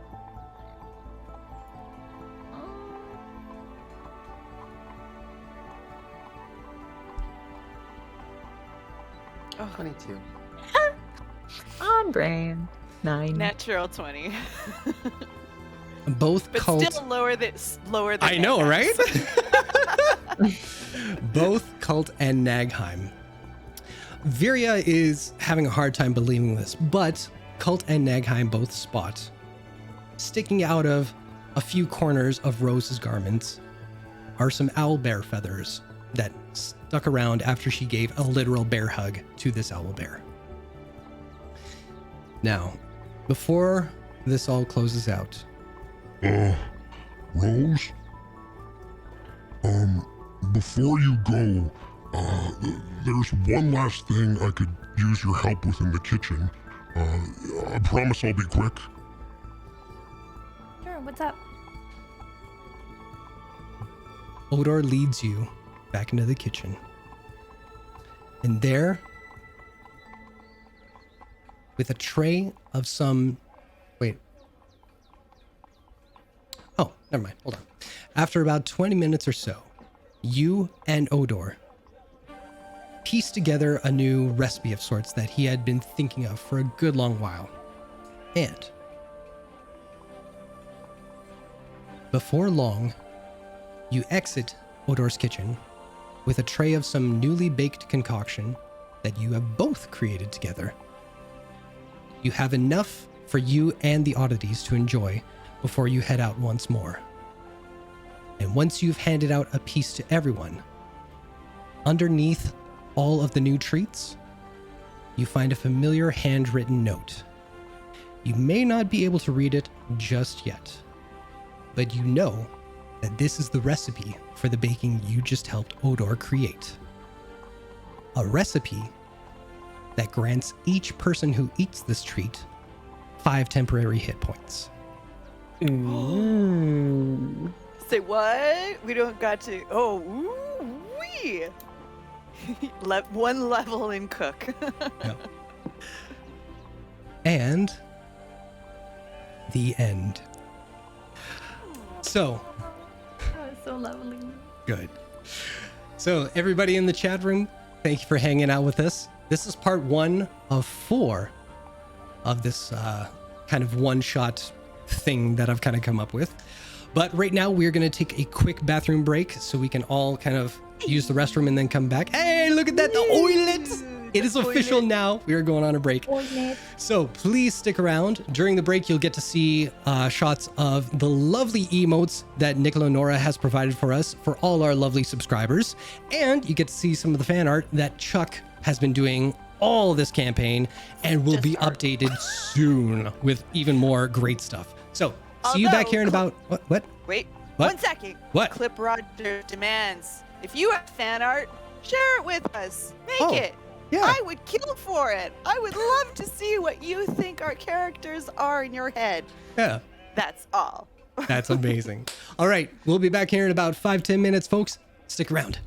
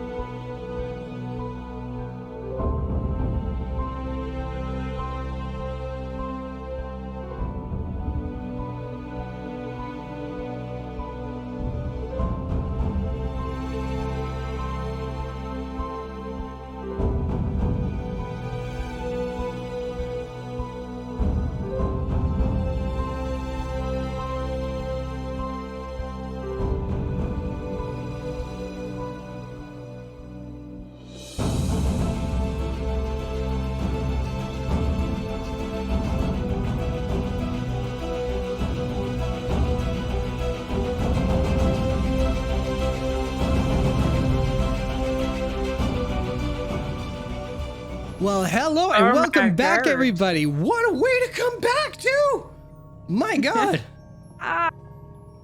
So, if you didn't see in the chat room, Chicken Charlie,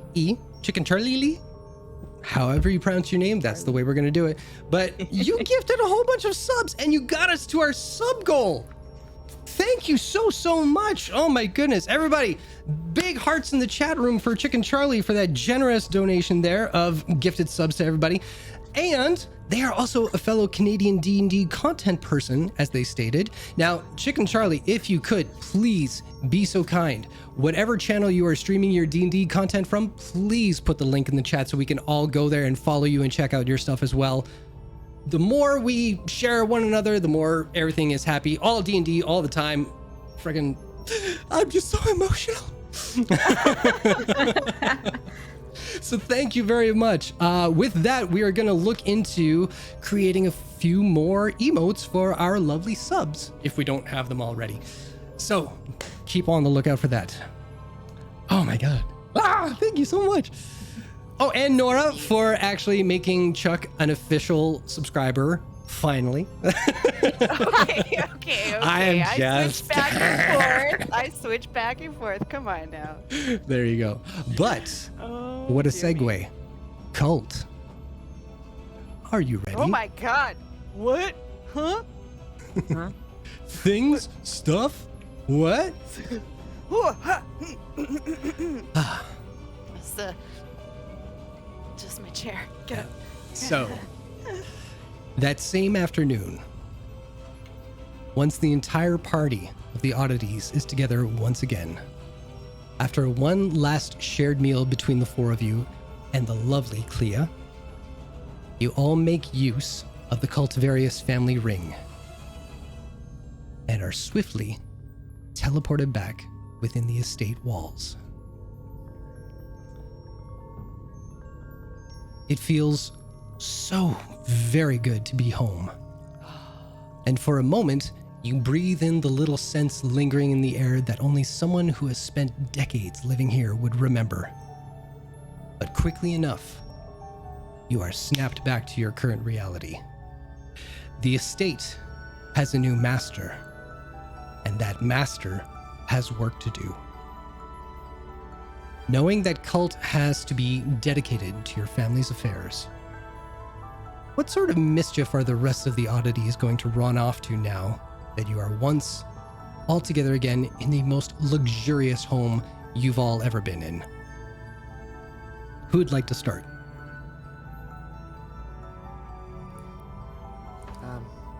Because I keep forgetting I have it, Nagheim would place the seaweed tea just on a side table beside Tenz's room, and we'll just leave it. No note, nothing. Okay. Next to the tea, I leave a coconut cream pie. Oh, even better! Yes! And I do leave a little note. It's just a frowny face. That's angry. With a little Captain Tusk Tooth Fang, maybe? No, I'm kidding. For those of you who don't know the significance of the coconut cream pie, please watch our episode called The Harvest Close Ball. Definitely worth your time. Rose. Did you just get it, Rose? No, I'm laughing because Twitch asked me if I needed to allow the word cream pie. Oh my God.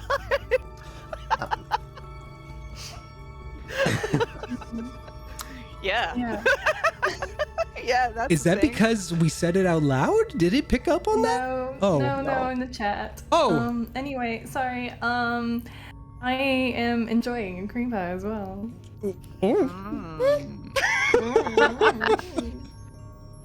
This took a weird turn. I'm sorry. Or the best turn. Never. One of the others. So, coconut cream pie, and tea. There we go. That's what your friends are doing.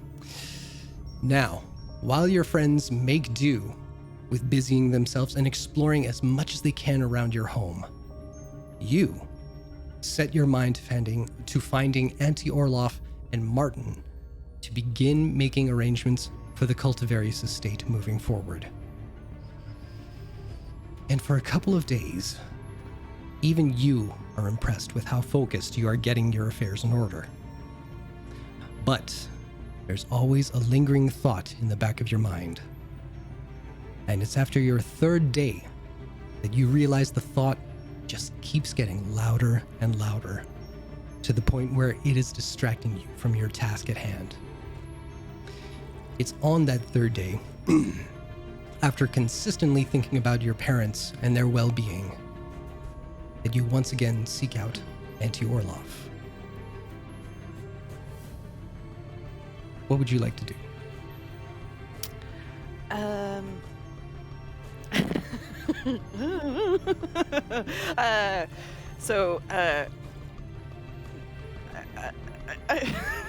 don't know. What's my thought?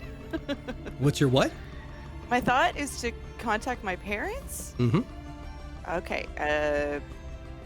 Yeah. I guess I'll go track down Auntie Orloff. Okay. Where would you like to look? Oh, the places she usually haunts, which are the most haunted spots in Absolutely. the house. So there's the mouse hole, Mm-hmm. the dog pen, Yep. There's also the actual mausoleum, Mm-hmm. and the attic. Yeah. Well, there is also the third floor. And that's, of course, it's like everything else in this world. It's always in the last place you look.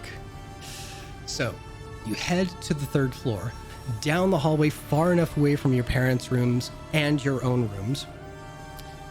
There's always been that one room within the estate that no one has really done anything with. Furniture has cloth draping over top of it, dust is everywhere, and as you creak open the door to see if maybe Auntie Orloff is in there, you see her standing precariously on desk upon chair upon footstool, dangling above, trying to get the last little knot tied, because she has assembled giant dream catchers across this entire area. And we're talking like, you've seen like the meme where it's like the board with all the strings of conspiracy things. Imagine that in something half the size of a ballroom, and like she miraculously is balancing on all this stuff, not getting caught up in the own web of yarn that she has kind of displayed all over the place, trying to catch spirits within this. What would you like to do? T, oh my god, and he'll just sort of rush to try and steady whatever she's standing on. Okay, make a dexterity saving throw to avoid any of the things she has set up. All right. 26. Oh my god, you're like Catherine Zeta-Jonesing this like through all the ropes and everything like that. Yeah, your ass is up in the air, you're like, oh damn. And you finally get to where she's... ass. That's Singorn's ass, yes. Technically, no, that's tens. Okay, well then I'm not giving you the point of inspiration. All right, so I know your words, not mine. So you finally make it to the center. Hang on just a second. I've got this last little ribbon to kind of... There we go. Oh, Colt. Hi. Should get some work done now there. What's wrong with you? You look out of breath. It's very shaky. Come on down. Nothing to be worried about. And you see her just kind of take like precarious footsteps, like one would like hold on to things and like balance themselves. No, she's just walking like stairs, just dunk, dunk, dunk all the way down. And each time it's like back and forth. So, but she makes it down, no problem. And it's once she lands both feet on the floor, kadoosh, it falls over. Oh God. Oh, somebody's got to clean that up. Oh, that's a shame. What's wrong, my boy? Nothing, Auntie. Well, actually, no. I came up here to. You visited Mother and Father in the Feywild, correct? Yes. I've been thinking about them so much lately, and I haven't seen them since they left, and they haven't seen me, and is there a chance that I can talk to them or go? I don't see why not. It's been long enough. What day is it anyway? It's the third day of the week. Fantastic. That's my favorite day. TAL'DOREI. I asked you a question and I don't even have the right answer in my own brain. Shows what I know. Well, right. Well, if it's time for you to speak to your parents, there's a bit of a walk we have ahead of us. Well, let's get to it. Follow me. All right. She will lead you downstairs again, outside to the back of the estate. In the far distance, you see a hedge maze. but she takes you off to the right, heading towards where the graves in the mausoleum are, outside of the estate grounds, and beyond that, towards where's the word for it? Towards where I should have the... brought some trail mix. That's not that far of a walk. But you guys are heading in the direction of the Reverie Walks. And it's as you are walking along, she says, "Oh, now, there's a bit of a story as to how you might speak with your parents and what is entailed, but it's a bit of a long-winded tale, and I have to say that I played a small part in this story, if you don't mind me speaking for a bit. But do stop me if your parents have told you this story. I'm not too sure what they tell you kids nowadays. But, well, it was just a few days before your parents were to be married. And your father came to me looking as terrified as I'd ever seen him. He was a man known for his courage on the battlefields. And now here he was, sweating and picking at his fingernails, fidgeting around in a half-buttoned-up shirt while tailors were all about him trying to take measurements.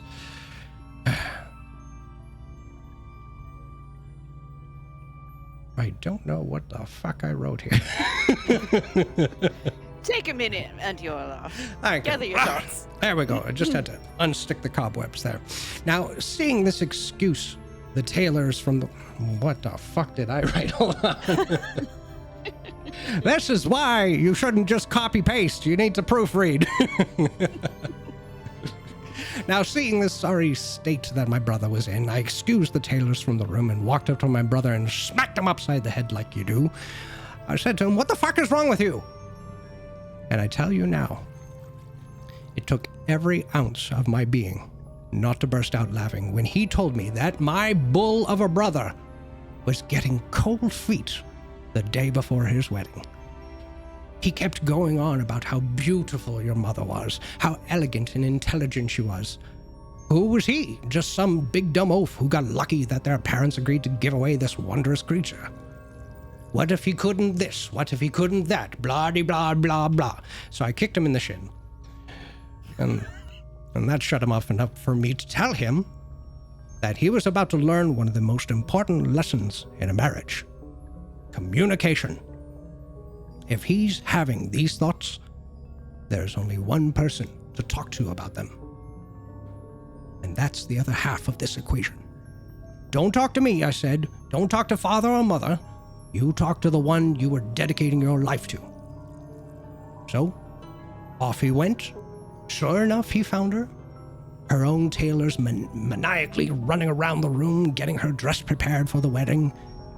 He told me he cleared the room so that they could talk privately, and that he had communicated as best he could all his fears, all his worries, to the most perfect person he had ever hoped to impress. He said there was the briefest moment of silence between them. But at the time, I'm sure it felt like an eternity. And then she got up, she left the room, and when she came back, she was holding a slender wooden box. She gave it to your father, and as he opened it, within was the tiniest blossoming flower. Something more beautiful than he'd ever seen across all the lands he had traveled through. Immediately, he knew that this was something not of this world. This, your mother said, was a gift from her for their wedding. Your father would not shut up about how much he loved the Fae culture and his desires to go there one day. She knew that his work with the military would keep him bound to Exandria for many years to come. And if they should ever be blessed with a family, those responsibilities would supersede that as well. So she thought, if we can't go to the Feywild, at least I can bring a bit of the Feywild to you. And as you look up, you see that you are at the edge of a great, grand forest that expands as far as the eye can see. This is the Reverie Walks. Now, you've been through here, but I bet you didn't know most people who travel through it often get lost. Some have actually fucking died in there. No shit, there are bones just wasting away in there feeding the flowers. But ever since you were all knee-high to a badger, your parents knew the path that would lead them to that very flower. That little piece of the Feywild that exists among all the flora of Exandria. But what your father didn't know until just recently is what you are about to discover. That flower your mother brought from the Feywild was a blood rose. Literally.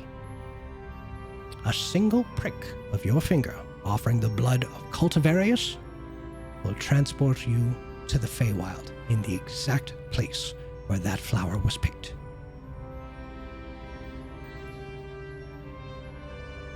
Magic be crazy. Oh my god. Magic but crazy indeed. Them elves, I tell you, they got some crazy shit. Wow. So that was my mother's wedding present to father. Yes. That's incredible. And how do you find the blood rose? Well, funny enough, you've been visiting it since you were a child. What? There's that whole section where your parents always made contributions to the forest, as in thanks to everything. It's right They there. have a bench and a placard there. Yeah. Truth be told, I didn't even realize that's what it was until like they pointed it out, and I was like, "Holy shit! There's the blood rose." Well, fuck me. So, Oh my god. I'm very excited. well, A little nervous. oh, don't be. It's nothing. It's just a little pinprick. Oh, not about that. Oh. About seeing mother and father again. Oh, they'll be delighted to see you. I know. Did you want Yeah. us to let them know that you're coming? No, it's fine. All right. Well. We're here.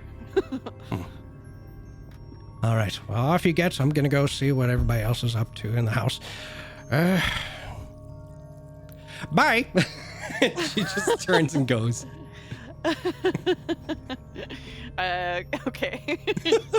oh, she's gone. So Colt's gonna go to the area described and search out the blood rose. All right. So, with that, Also, that music cue was on point. I didn't have anything to do with it. This is random, folks. It was perfect. It was so Excellent. good. Good. Now, entering this labyrinth of living trees and stones, you feel that calming, trance-like state overtake you. Passing by old familiar memories, walking with your parents through these paths. There's the rock you tripped over and the crash landing that gave you a cut on your left knee, where a small white scar is still visible. There's the branch that looked vaguely like a sword, and Nell trying to break off the branch and claim it as her own, only to have the tree come to life and swat her away. How Tens would moan and moan out of boredom until Father reluctantly picked him up and placed him on his shoulders so that he wouldn't have to walk anymore. Each of these little moments, these cherished memories, seem to open the forest around you, inherently leading you to the section where the Cultivarius family made its numerous contributions to this blessing of life that flourishes in Singorn. And there, staring you in the face, as if it's the first time you've truly seen it after all these years, a single blood rose amongst a multicolored display of flowers from around the world. As you can see in Roll20. What would you like to do?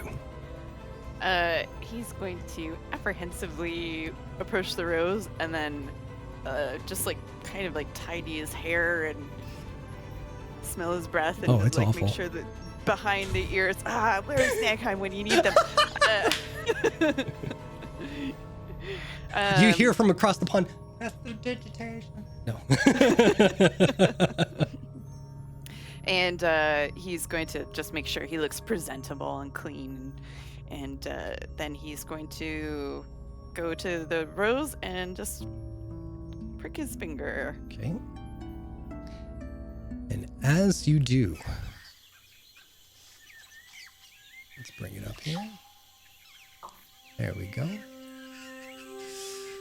Upon pricking your finger, you watch as the world around you subtly changes and morphs. The colors of the flowers begin to run off. The defining lines of every blade of grass begins to ripple, and the tall trees above seem to expand and blend in with the horizon. The landscape of Exandria changes before your eyes. The watercolor strokes spread before you and take shape in an entirely new landscape. The grass rises and thickens all around, enveloping you. The trees shift perspective and almost seem to wither into a stony cocoon, which then forms into the mountainous backdrop beyond this new horizon. The flowers all about you, their petals seemingly carried away in the breeze, begin to dissipate into tiny particles and meld into the haze of the air. The sky above is now a constant glow of pink and purple hues. As an eternal sunset is falling behind the horizon. The air around you seems to almost have a voice of its own. Every gust of wind has a melodic exhalation.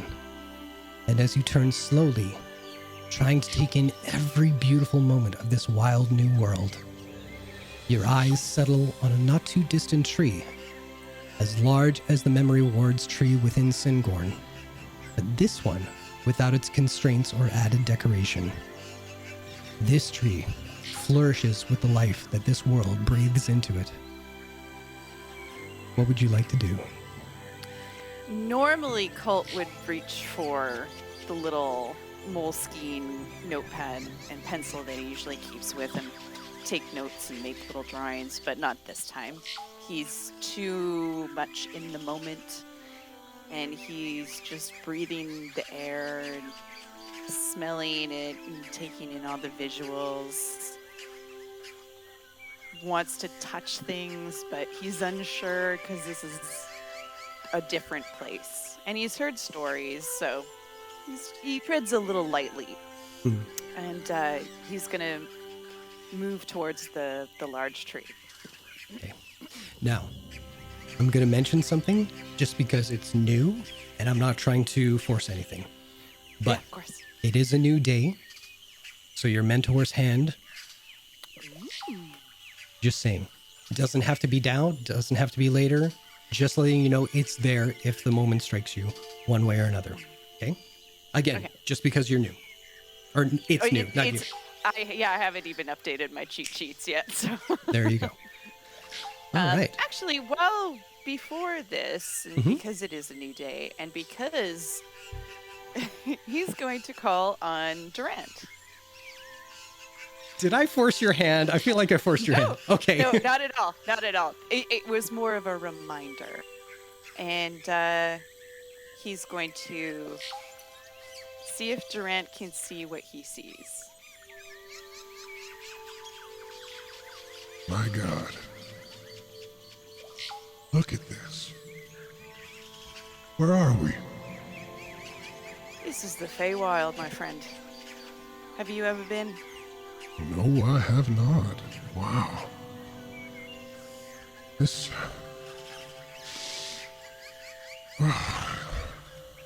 This feels good. I thought since you're kind of stuck with me, I wanted to show you maybe things you didn't get a chance to see. I appreciate that. And just so you know, I'm not stuck with you, kid. Gosh. So why are we here? Where's everybody else? I'm going to go see my parents. No kidding. Yeah. They And he sort of fills them in on sort of the situation of Gazok and Mavis leaving, and now he's kind of in charge. And I've been feeling a lot of pressure. This is honestly the opposite of what I wanted to do. But I'm not bad at it, and I miss them, and I want to make sure that they know everybody's okay at home. Obviously, with the exception of Nell being overseas, I can't speak for her, but to know that Tens and I are doing okay now, I'm just a little nervous. Well, This is the first time I've been responsible for anything. we've all been there. Well, if nothing else, I could say one thing. You taking time out of what is surely some busy work just to check in on your parents. In my books, that's a good kid.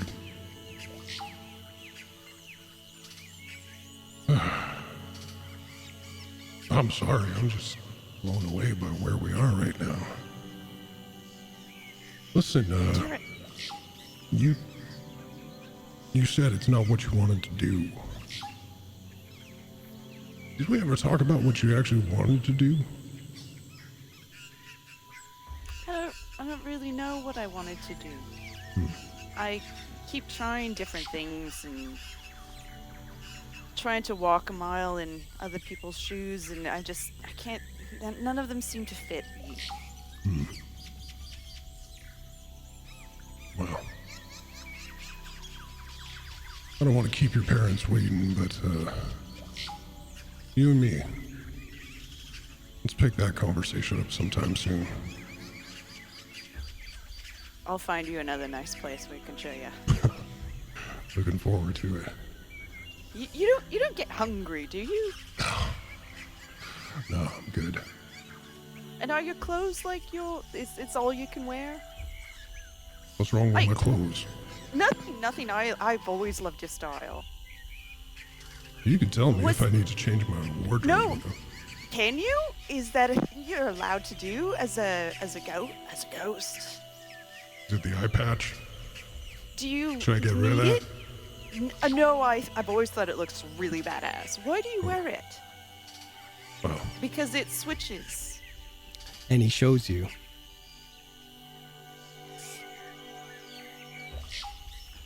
He's got both eyes. Oh, I know. so little tip from me to you. Daytime, right eye. Nighttime, left eye. You keep this one dark, you don't have to adjust to the light when it's switched over. Learned from a sailor friend of mine. Oh, that's very interesting. I wonder, do you think I could pull it off? I mean, the look. I mean, the skill is invaluable, but the look. You're asking me if you can steal my look? Steal? Oh, no, not steal. I mean, just So let me get this straight. First you're talking down about my wardrobe in the eye patch, I and now wasn't you talking want to down. steal I was it. just, there's so many questions I have about, like, what it's like to be a ghost, and I'm going to be one day, so I'm just kind of trying to get, like, oh, you're having fun with me, aren't you? I'm having a grand old time, I'm not gonna lie. And this continues on as you make your way to this tree out in the front. Yeah, you gotta get on top of it, yeah. That's how it feels. No. Yeah. All right. But by the time you reach your parents' home, about 10 minutes has gone by. Oh, what's up? And I would like to take Pride of the Master. I get 2 expertise that I'm not proficient in, so I'm taking Insight and Athletics. Fantastic. All right. And it is about that time, once you get close enough, that you see Durant just kind of dissipate with all the little lights and motes that are in the air around you. See you soon, kid. Bye. Now, as you approach this tree, as you can see in roll 20, Well, that was a piss poor burp, but it goes to someone.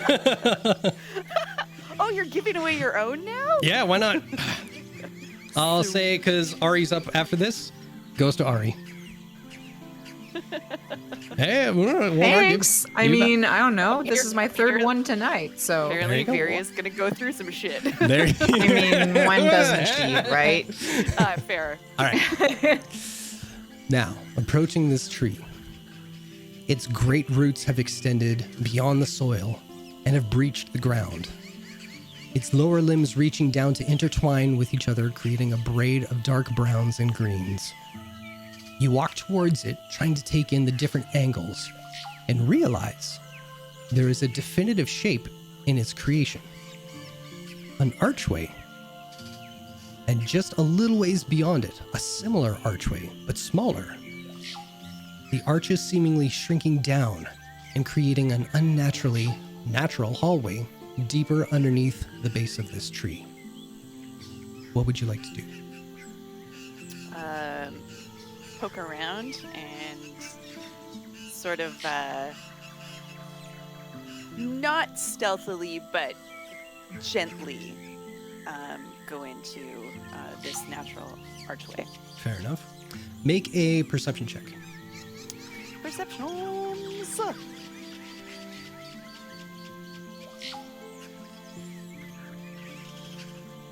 10. 10.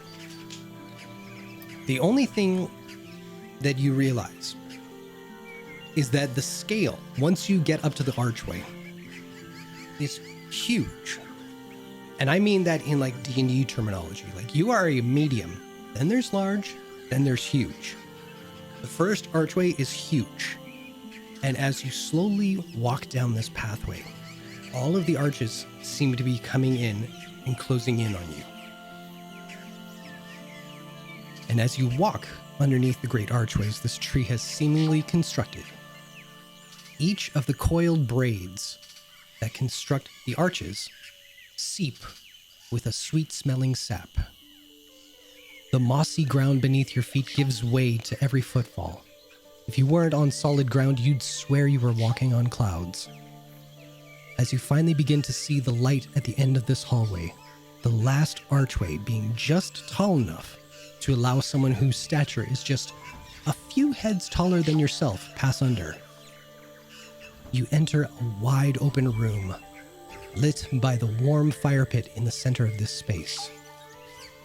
Looking within, your eyes immediately are drawn to the ceiling, which is a twisted canopy of massive roots, possibly 20 feet above you. The creaking and moaning of the giant tree's body against the winds reverberates down into the space. Beams of sunlight peek through the openings between the roots above to create pillars of light that highlight different areas of the room before you. Running water can be heard, and as you look around the perimeter of the space, you can see cutaway logs that seem to filter water all along the room's borders, feeding into the numerous flora that sprout from the walls within and down into the floor beneath you. Every frame, every wall, every inch of the floor and ceiling, all of it seems to have been reshaped from the existing tree roots to create a space to call home. Even so, throughout the room you do see recognizable comforts of home. And that is when you finally notice a foreign yet familiar smell is in the air. Not one of flowers, trees, not even rot.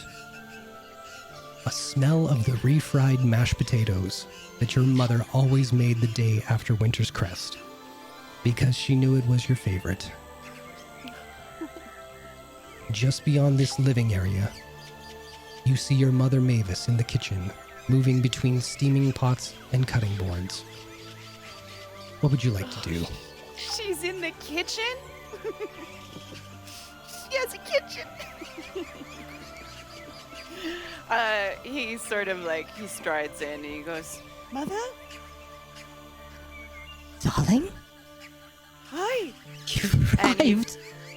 Just rushes in and gives her a hug. You bet. She takes you in one of those embraces that kind of crosses across the back, and her cheek is right against your temple there. Oh, my darling boy. How are you? And she pulls back enough just to kind of start brushing the hair out of your face and everything, and just holding your cheeks. I'm good. How are you? I'm wonderful. This is beautiful. Are you comfortable here? Very, very comfortable, yes. How are things back home? They're shaping up. Little bumps here and there, but nothing to really worry about. Is everything all right? Yes, absolutely. I've got our friends staying at the house. I assumed it would be all right. Of course, you know they're We've welcome. got the room. We've got the room for it. And Tens is being a little asshole, but that's par for the course. Darling, go easy on your brother. Well, I mean, and he considers something and then decides against it. I will. You know you're to set the example at the house. Yes. And I will. And I am. I'm doing it. It's fine. It's with all of our staff and really our family. That place takes care of itself. Auntie's been a great help. Oh, good. She's doing something really strange in that room at the end of the hall, but Oh, no. is there anything valuable that I should move out of that room just in case? What's that I can think of? There's always a spare room, just in case, but... Let her have her fun. What harm will it do? I'm sure it's nothing. Yes. Are you staying for long? I can stay for a little while. Wonderful. I don't know. How does time move here? How long have you been here? It feels like we've been here for at least 3 months by now, I would guess. Which in real time, a week or two? Wow. Oh my gosh. Oh, wow. Yeah, okay. So... We have Is it tidied up the often? place quite a bit, but I must say, and not to brag or anything, but it's come along fairly quickly. Did you do all of this? How is this put together? Do you just talk to the trees and they do it? Or is Somewhat. magic at work? Somewhat. It's fascinating. I will want to learn everything about it, but that's for another time. Very well. How's father doing? My father's wonderful. He's having the time of his life here. He's like... Insight. Make an insight check. I know his mother is a bit of a serpent, but he does trust her, just not... 13.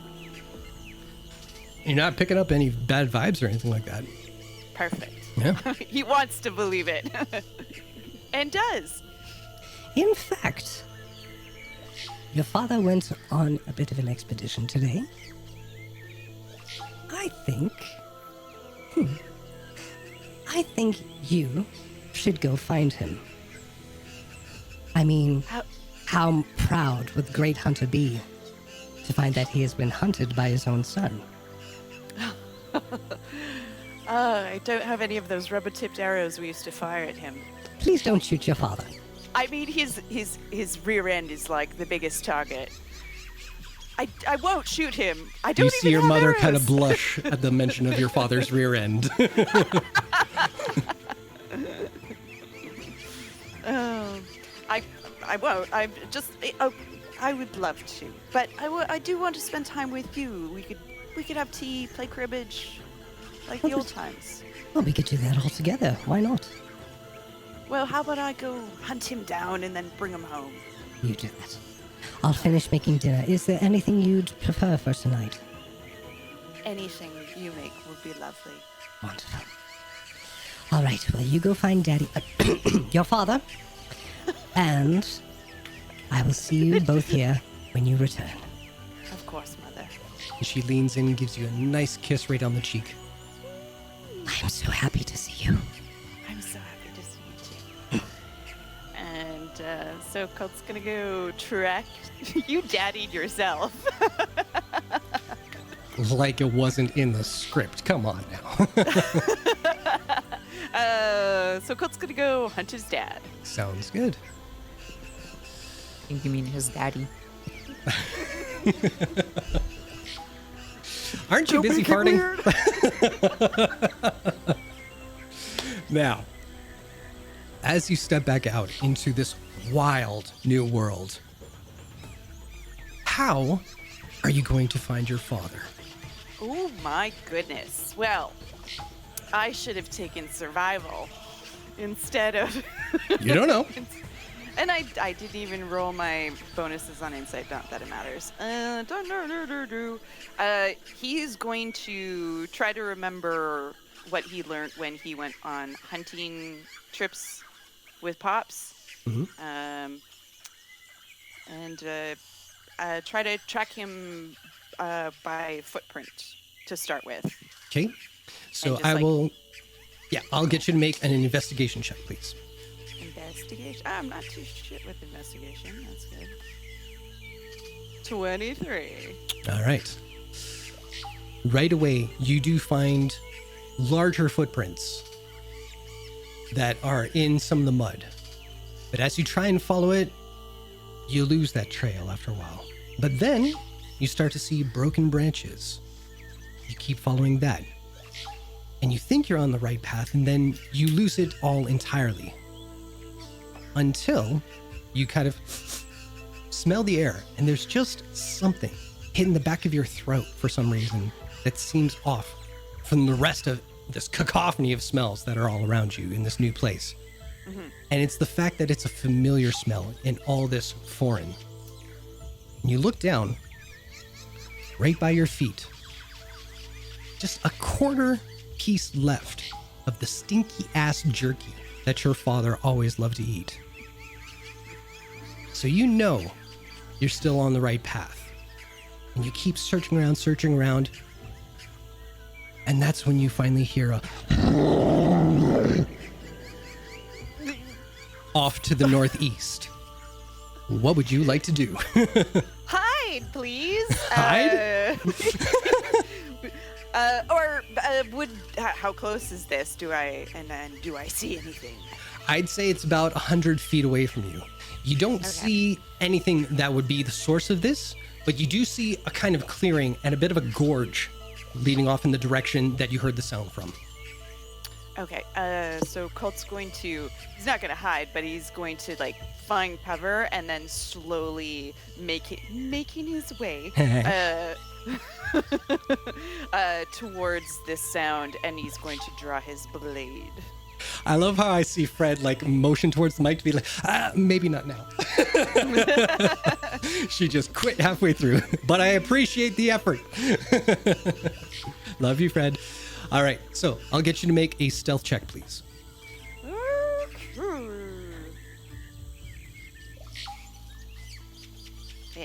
25. You are silent as Durant as you make your way to this ravine. Now, as you look over, you hear that guttural roar one more time. And quickly after, you hear a voice cry out, Come on, you oversized dick pimple, you're boring me now. Oh, Daddy. Peeking over, still stealthed, you see that down at the bottom of this sunken pit along the forest floor, a massive bloated body of flesh and muscle is lumbering around, weaving a club back and forth in front of it. And just for a brief moment, you see the flash of steel as your father readies himself for another attack against this massive hill giant. What do you do? Oh, shit. Oh, God. Part of me wants to let Dad just have at it. Let them fight. Let them fight. Can I perceive how my father's doing? Is he bloodied at all? Does he look wounded? He's got some blood trickling down from the side of his head. Okay, I will go join him. All right. Is the creature between me and him? Yes. Okay. So, in fact, if you're going to join into it, Cult, Roll initiative. Oh, snap. Where's my... How does it work? Okay. 13. Excellent. All right. So I'll plug you in here. 13. Skadoosh. And we're going to switch over to this. Give me a second here, guys. There we are. Bear with my new abilities. I haven't quite studied them very much. No worries, no worries. It's almost like that's the reason we're doing this. All right. Oh my god! So with that, we will do initiative for Gazok.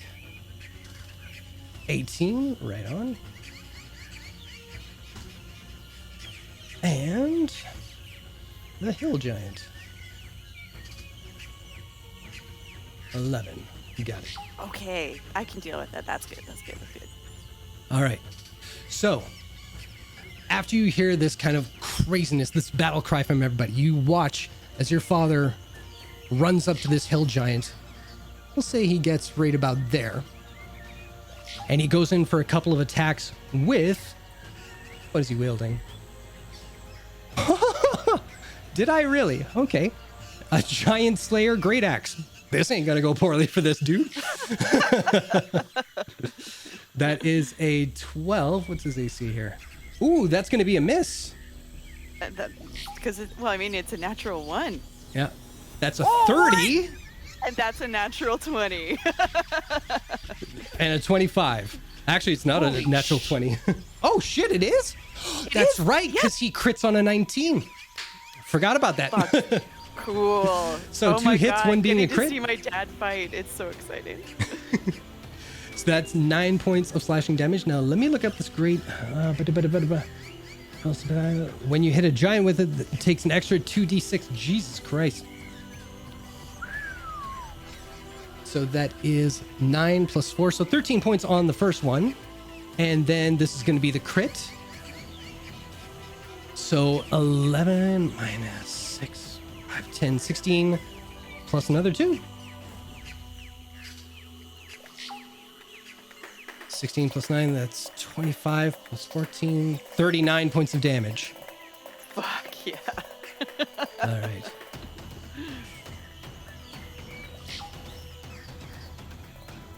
And he just looks up at the giant. Come on, you sack of shit! I haven't got all day. What would you like to do? It is your turn.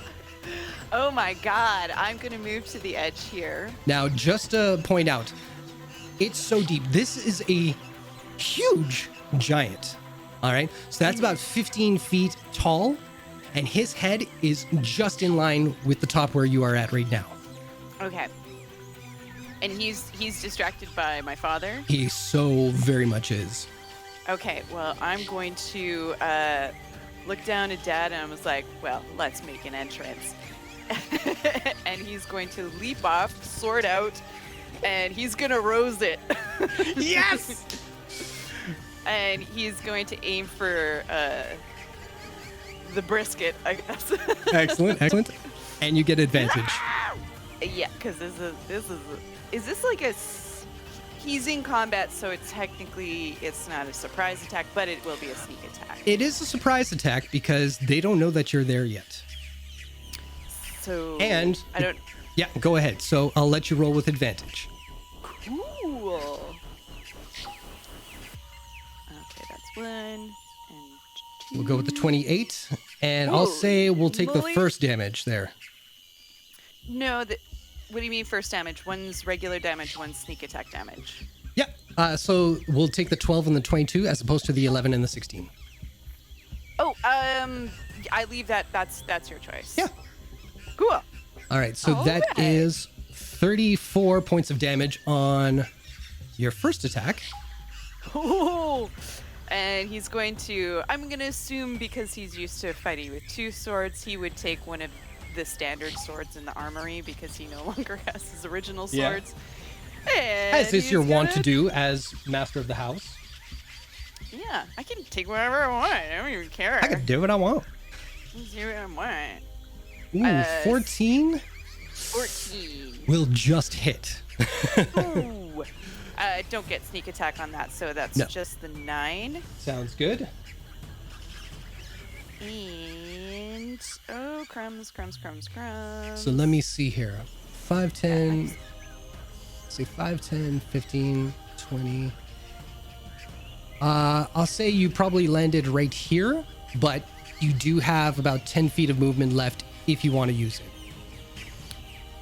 He's going to stay within combat of the creature, but he's going to just peek around and just look over. He goes, "Hi, Dad." Darling? Let's take this thing out. My boy! And your father is supercharged now. All right, so now it is the hill giant's turn. You see it kind of lumber around like, wait, why don't we do it the right way? At both of you, and rears up its great club and does a 19 hit you. Ooh, I think it does. All right. Yes, it does. That is 17 points of bludgeoning damage. Oh, can I use... Oh, I have all my combat stuff's over here. Can I use my reaction? Or... Uncanny Yeah, dodge? my reaction for uncanny dodge. Uncanny dodge, you can. Uncanny dodge. That'll be 8 points of bludgeoning damage. Merci. But then as the strike hits the ground, he kind of rakes it across and uppercuts your father. Oh. For... what do we got? 20 will definitely hit your dad. Sorry to say. And that'll be 20 points of bludgeoning damage. So it clips your father right underneath the jaw, and he kind of staggers back a little bit. That's a tickle. And top of the round, it's back to your dad. And you watch him kind of get his footing back and leaps towards this creature's gut. Give it back to him, Dad. All right, that's a 15 that will hit. 19 hits. Wow. 30. Another nat 20. Want to see something extra special, son? You know I do. He will action surge. Ah!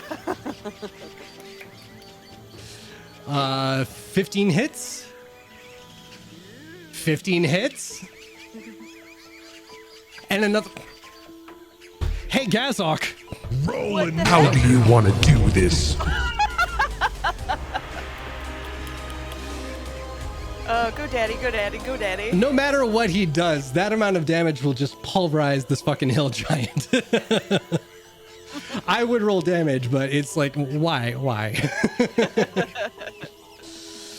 But yes, father and son, for the first time ever, take out a creature that is well beyond your class. He takes one knee. The creature goes down. He clips him right under the jaw so that his bottom jaw kind of splits open and his tongue kind of all over the place. And he just offers a hand to you to do the killing blow. Oh, I take a bow. And I just sort of like smiling at my dad. I just take the mentor's hand, put it against the temple, and just like shink. My boy! And he walks up to you and crushes you in the biggest dad hug of your life. Like, arms are losing circulation, ribs are popping in the spine, everything. What are you doing here? I heard an old man was fighting a big beast and I had to come help. Oh, it's a good thing you did. It's so good to see. Have you seen your mother? I have seen Mom. She's making us dinner. Fantastic. That was a hell of a thing jumping off the top there. Yeah, it's kind of what I'm good at. You've learned well. Oh God, that thing stinks. Let's get out of here. My boy. Get out of here. All right. How did you get down here? Oh, God, it's my own damn fault. I set a trap for the big beastie and I damn well fell into it myself. But no worries, we can scale it here. Just follow my lead. And he starts like just making his way. For fuck's sake. We don't even have to say anything. I know. Up the scale of the rocks that have kind of fell down on the side there. So right where you leapt off is pretty much where the initial trap set and all the rocks kind of cascaded down. But there are enough handholds that he can kind of muscle his way up there. Now for you... Good thing I took athletics. Perfect, let's see it. Yeah. So if I not proficient, if I get expertise in something, So double add your my- proficiency and add I it. double it. Okay, so this is a plus 8. Did that work? A natural 20? Fucking natural 20, baby. This is the night. This is the night for natural 20s. There have been, what, like 16 or something like that? I don't know. So you watch as your father, having raised you and knowing that you are slight of build and not as athletic as he or Nell, instinctually reaches down to help you up, but you kind of tumble and stand up. No effort whatsoever. And you see... Make a perception check. Make a perception check. All perceptions.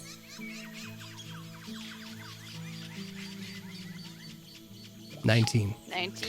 You see the pride in your father's chest expand just a little bit more.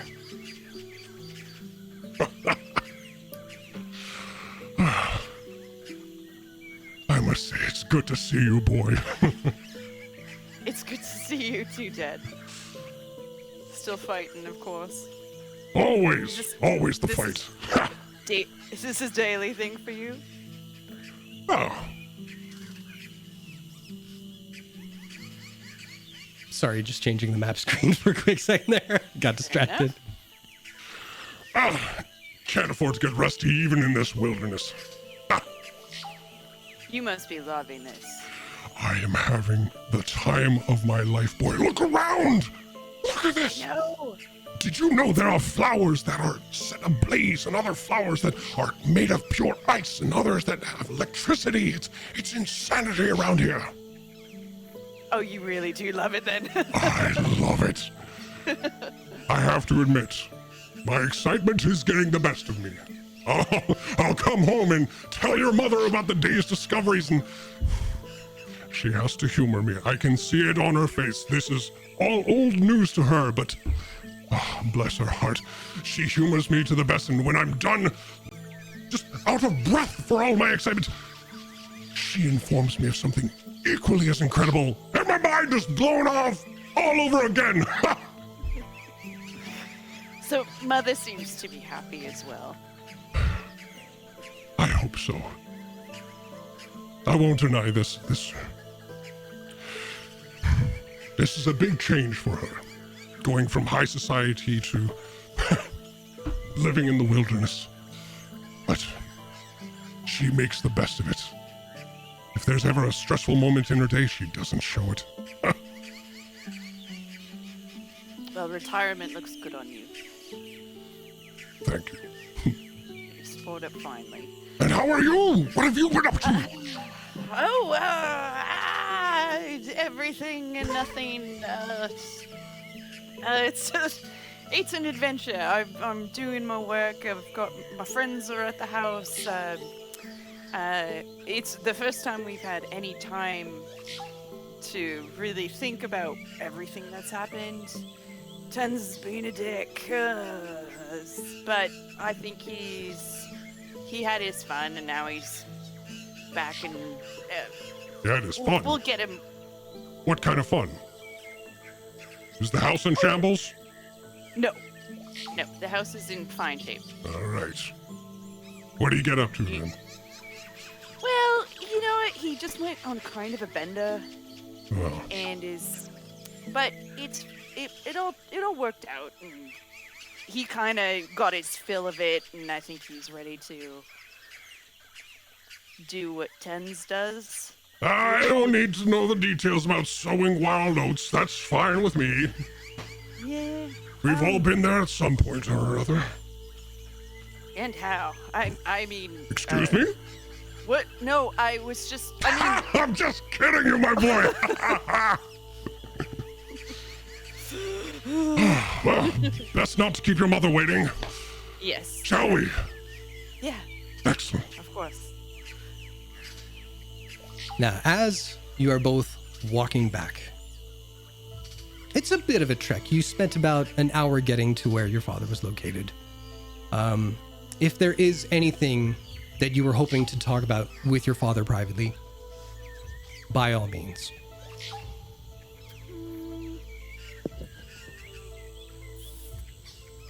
Nothing really. I think he'd probably keep it pretty casual with old Pops. Okay, fair enough. So I'd say the casual talks between your father, him telling you a couple more stories about like what he's discovered in the Feywild, him kind of like asking after Auntie Orloff, of course, wanting to check up on her. You get close enough to the house where your father kind of turns to you. Now, I didn't want to mention it because we were in the heat of things, but son, you both look and smell like shit. So do you. Absolutely. Ha! I wear it well. So, over there, you see that stream there?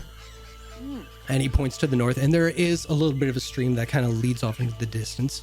And you see there's a bit of a cave opening there as well. Now, if you go in there, there's a hot spring that we are using. Divine. Absolutely divine. I'll go and let your mother know that we're okay. You clean yourself up. Look a little more respectful for your mother. By the time you walk back, your clothes... It's craziness. By the time you walk back, your clothes will be perfectly dry. It's insanity! Do I wear the clothes into the hot springs? You can if you want, but I find to take them off and then wash them by hand and then put them back on. I have to wash them by hand. I remember the one time you did that in your pajamas as a child, just dived right into the bath. Everything stuck to you. We had to let you dry out before going to bed. It was all sorts of things. Your Auntie Orloff said, "Let the boy learn. He'll catch pneumonia. It's fine. It's good for you." Auntie Orloff. Bless her soul. Always wanting me to catch pneumonia. All right, well, off you go. When you're done, I'll take my own turn. Enjoy, my son. Enjoy. All right. I'll be in soon. So you see your father kind of heft Feeling his... energized. Yeah. You see your father heft his great axe over his shoulder and just kind of like... kind of walking off. That's totally what he would do. I meant to have this on like... but I didn't have it on, so it just sounded like my gimpy little voice. Not what I'm laughing at. It's the little tune he sings. Yes, exactly. Right. So, you follow the tiny stream that leads you to the dark opening of the cave. The trickling water echoes off the walls all around you. The light that can enter the space reflects on the water and creates ripples all up along the pathway, guiding you further in. But halfway down the path, you begin to hear another sound deep within the cave. A rhythmic pattern that sounds like something being hammered. What do you do? He's just gonna sort of slink up against one of the walls and take out Mentor's hand, and he's gonna stealthily investigate. Let's see a stealth check, followed by an investigation check. You got it. Park Pontiac. 31. Stealth is good. Yeah.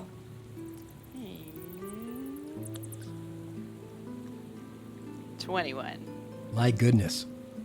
You do not make a single sound. There are echoes all around you, bouncing off the walls, but none of them are because of you. And as you creep around each corner, carefully entering the open space where the stream has led you, you can see within a hot spring that is glowing turquoise and illuminating the interior. Stalagmites that hang... No, stalactites. Fucked up. I knew it. Stalactites that hang down over this pool glitter with tiny mineral deposits. And just to the right of the far side of this pool, you see standing there, dressed down to her undergarments, her wild red curls tied back between her shoulder blades, as Catalina goes through her rounds, unleashing punch after punch against one of the larger stalagmites. Her hands, wrapped up to the shoulder, are smeared with dirt and tiny flecks of blood. Her shoulders, along the traps, are dappled with sweat, but still she keeps punching and punching with barely a grunt of pain. What would you like to do?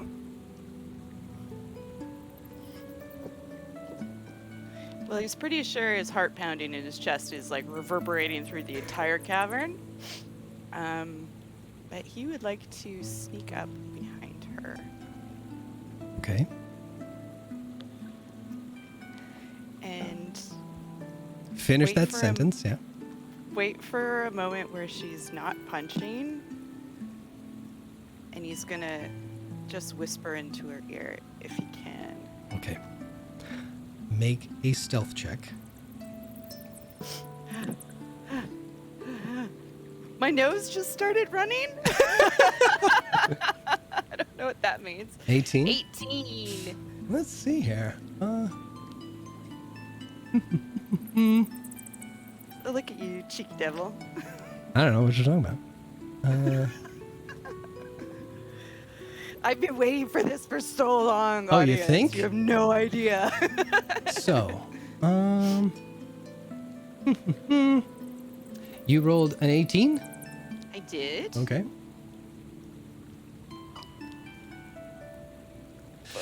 So you go to sneak up beside her, and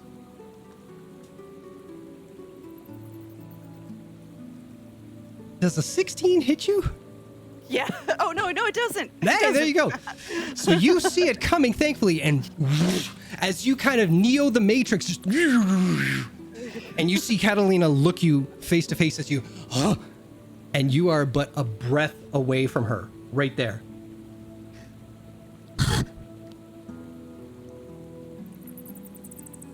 Hi.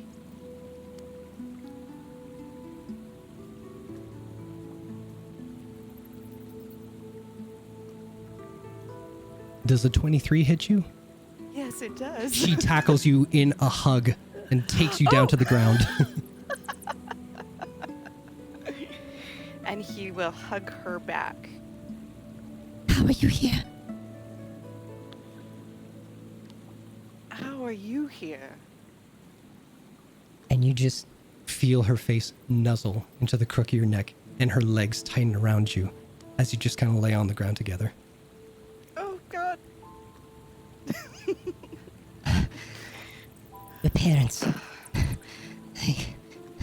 I came here after the cowboat, so I just needed to get right in the head. And your home. That was the only place I could think of to go. And I saw.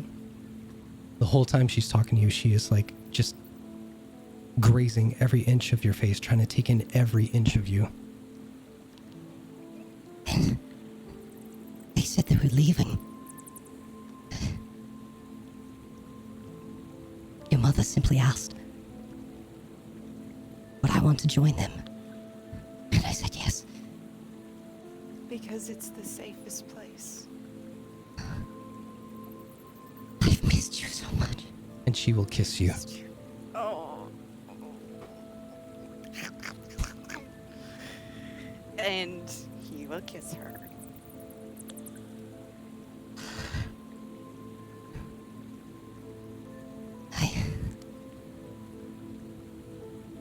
A thousand sorries wouldn't cut it. It would be a start. I'm so sorry. That's one. And he kisses her again. And this time she will pull away and she will, with her eyes closed, just holding you there. You smell fucking terrible. I do. I I fought a hill giant with my father. No way. Oh yeah. That's quite impressive. I'm pretty impressive. That you are. Yeah. Own an estate. Now, let's not Lots of brag about it. holdings. Well, it's hardly bragging. It's a lot of work, and I don't really love it. And he's going to start unbuttoning his shirt. We'll keep it PG-13. Fucking says you. So, she lets you finally get up. And as you start undressing, Oh, it's that kind of party, is it? All right. You're not. You're not. You don't have to join. I do stink. Mother's making dinner. Well, I won't lie. I've been at it for a good long while. I could probably use a bath A as well. little bit heady. I was Don't gonna you say. fucking say it. I mean, I'm allowed it's to not- say it. I'm a lady. Leave it at that. Apparently, a very capable lady. Indeed, I And he's am. sort of like, you have very strong muscles that I didn't realize. I mean, I sort of realized, but, and he continues to undress. Please, finish that sentence. I am enjoying the show. He is getting a little bit red in the cheeks as he hasn't quite been naked in front of anyone in quite some time. now I'll get you to make a perception check real quick. Oh God! Not a high How- DC. How we'll see. naked am I? Oh, you're like 5. fantastic. You feel the flush in your cheeks. And you are, for the first time in a while around this individual, you are kind of like, you know, like, just like you can look at the bum, just not my bets just yet. But yes. There's like a convenient like vase. Oh no. With stalagmites. Stalagmite. Just, yes. So we can say that with that kind of perception check, you do kind of slightly hide, you know, around one stalagmite before she undresses herself. Oh, by all means. After you. And he will bow and step into the water. It initially stings to the touch, but it's once you get to the bottom of it that there are fine salt crystals all along the bottom of this hot spring. And as you slide down, it kind of works as like an exfoliant along the bottom of the feet.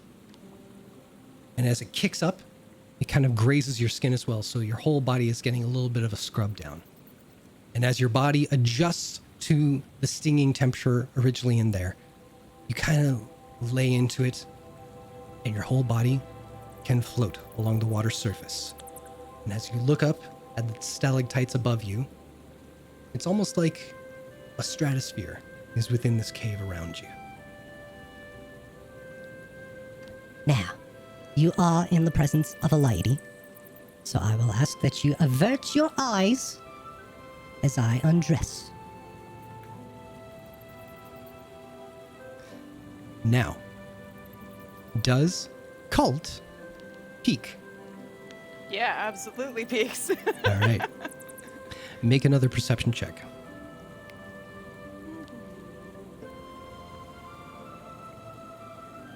14. That'll do it. I was ready to use a luck on that one too. No, that one made it.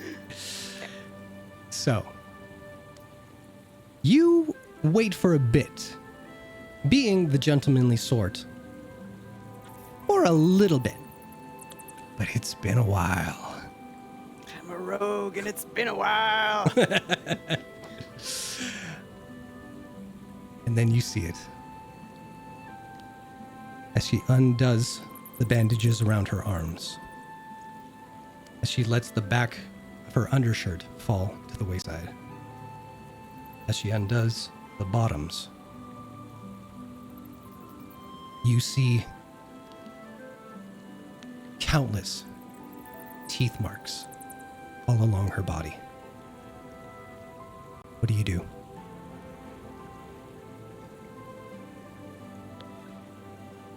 He's silently... He averts his eyes again, and he just sort of waits for her to get into the pool. Okay. You hear gentle feet splash down into the water. You can sense that she's coming closer and closer to you. And you feel 2 warm hands come across the top of your shoulder and pull you by the chest back into her. What would you like to do? Colt is going to turn around and take her in his arms. And his hands are going to go over her shoulders and her back. And he's not going to linger on any of the marks. He's simply going to enjoy her as he knew her before the injuries. Now, I know you have questions. I have all the answers. Now's as good a time as any.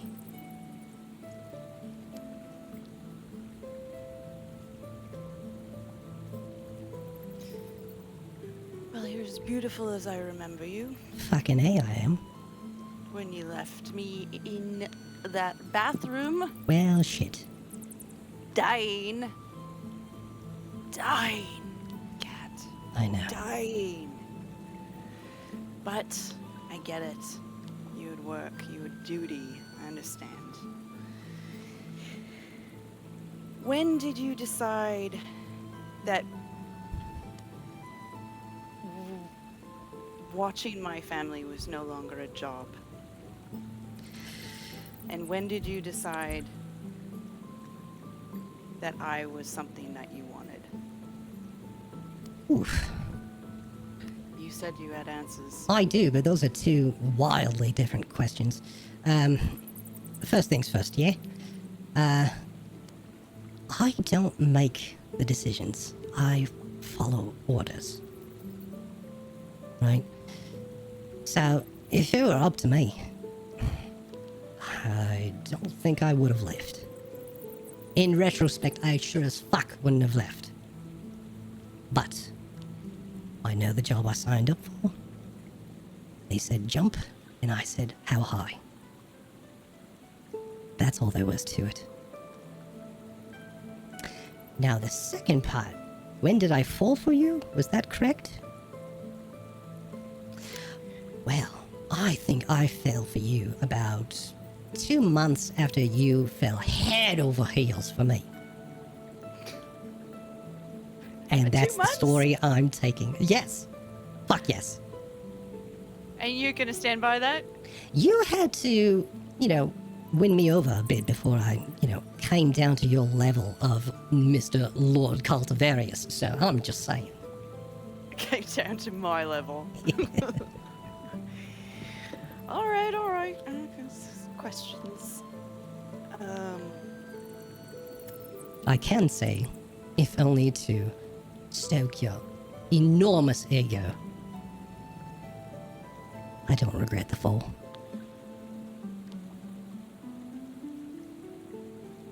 And he just sort of whispers, he goes, me neither. And I will say, as you continue this conversation, which I so want you to,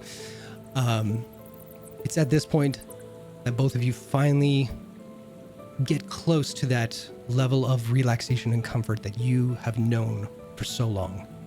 And you just glide around. Sometimes you're floating on your back and she's just gently resting her chin on your chest. Other times you're cradling her underneath so that she can bask with her head in the water, just to soothe her mind a little bit.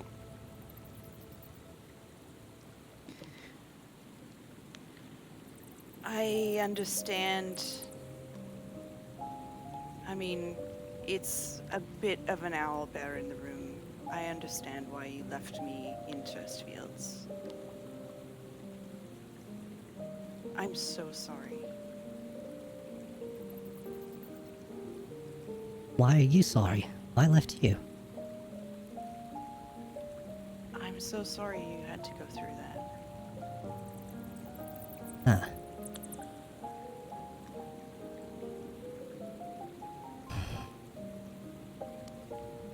Is it weird if I tell you I don't remember going through it? It's obvious I did.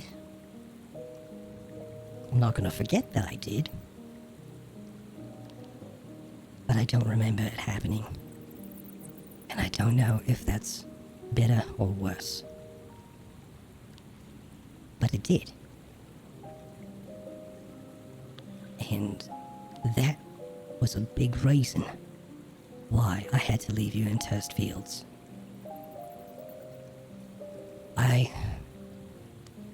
I thought I got out when my friends didn't. I didn't realize that I didn't escape anything. And then it hit me that there were so many people that came into that place. There's so many people that are still there. And how selfish would I be if I didn't try to help them as fast as I could? And the cost of trying to save those lives was to leave you behind again. This entire job,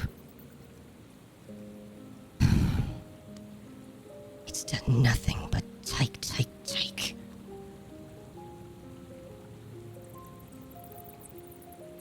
And I couldn't. Not anymore. So when your mother said, "Come with me," the wave of relief that hit me, even if I knew my place was there, I said yes. And the one small gift that could have possibly happened was that there maybe would have been a day where you would come.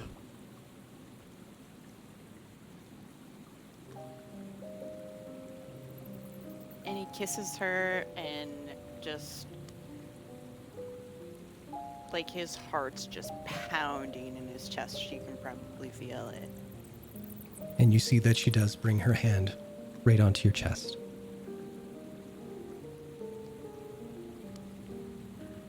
I was ready to just have given up. And I heard that you were here. I could not bring myself to believe that you were going to still be here. 3 months for you? It's been a week for us out there. Fuck me, it's been 3 months? Apparently. And I'm sorry, what? Wow.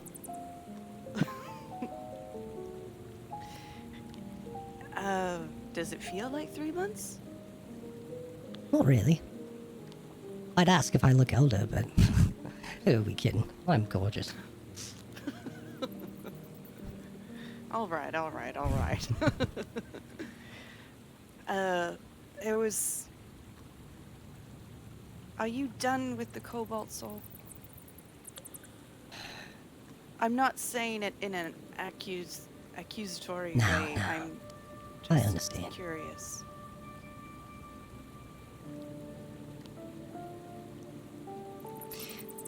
if I was as brave as your father, the answer yes would never cross my mind. I can't go back. I've given up too much as it is. I can't.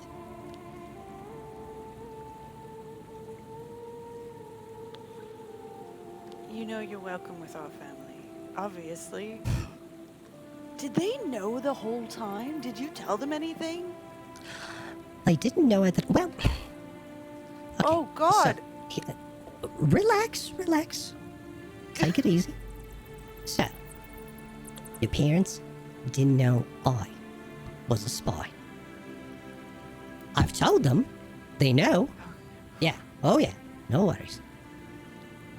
Your father does know about the Cobalt Soul. And he does know what we do. So when I told him that I was the spy, he was actually proud. I got that when I ran away from school. Oh, so you know what it's like. Oh yeah, it's like you think something's heading towards you is gonna land on you like a big Yeah. rock, but then it just like pats you on the shoulder and says, "I'm proud of you, boy." I think I've still got a rib out. He squeezed me so hard. Yeah, me too. But I was actually asking about, do they know about us? Oh, I mean, was going to ask if they knew you were a spy for the Cobalt Soul eventually, but that's sort of where I was headed with it. I mean this in a loving way. I believe that your father is blissfully ignorant. But your mother has been giving me looks. I really thought we were being really sneaky. I thought so too, but I think that when I reappeared and was curious as to where their son was. Oh God, you asked for me? Yeah. He kisses her. And then everyone's just watching our dating scene. I know, now. right? Now, Having fun, everyone? Yes, No. you are. Auntie Olaf kind of got the picture pretty quickly. oh yeah. She's very insightful. Hmm. Are you gonna stay here? I have to go home. I have to go back to the other home. I know. I would really want you to be with me.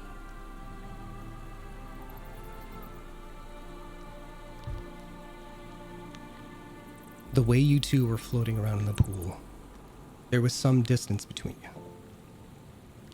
But it's when you say that she kind of pulls you in close, and you do feel one of her legs wrap around your hips so that she can bring you in so that you are heart to heart. And she speaks to you so closely that you can feel her lips graze yours as she tells you,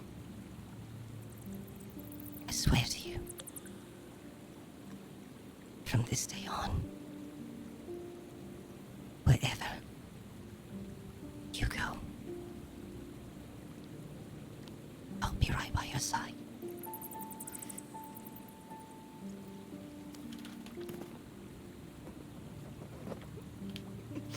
Oh God.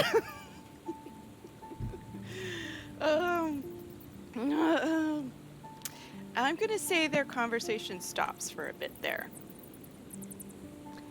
and that's when she reminds you, Now, before, I do believe I had a request for you. and she whispers 2 words to you that start with an F and end with an E. And we fade to black. And let you have that non-PG 13 moment if you so choose. R-rated. Yes. But after however long, I'm not going to say how long, that's crude, but eventually I'm an energetic young man. There you are. And she's a monk. 5 minutes. Well, And a black eye. No, that's round one. Nope, not going to go there. So, the two of you head back to the Cult of Aria's home. And I love that the autocorrect made this say Cult of Aria's home. That's great. that was the alternate name for the cult of Dionysus. The Yes. cult of Areas. Yes. Yes, exactly. Because Cult that's Cult of Arias. Is that it. Got there in the end. Hey. ass? Yeah, I just So- had to. Oh, I know. I'm loving it. I'm here for it.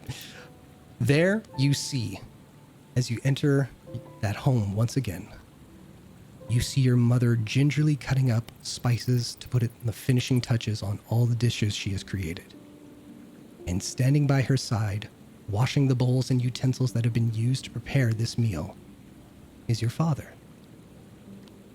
Catalina turns to you and just, as you watch them. Your father is gently swaying back and forth as he hums a little tune to serenade her as she works. You watch him slyly move closer to her as he continues to sway, bumping playfully into her as she works. But without fail, your mother leans her head onto his big shoulder and begins to gently sway as well, side by side, with her whole heart. The end. Oh, my heart's gonna die. It's so full of love. Oh shit, we might have a new oddity. Well, Hey, remember when you said you wouldn't leave me? I got an adventure to go to. Can you run the house? that might happen. That might happen. You get to go on the next one. We'll swap out. Yeah. And I will say, I was going to hold it off, but I think this is a nice time to let both Cult and Rose know you are both level 10 now. What? Yes. We just leveled up to 9. Mhm. Oh my god.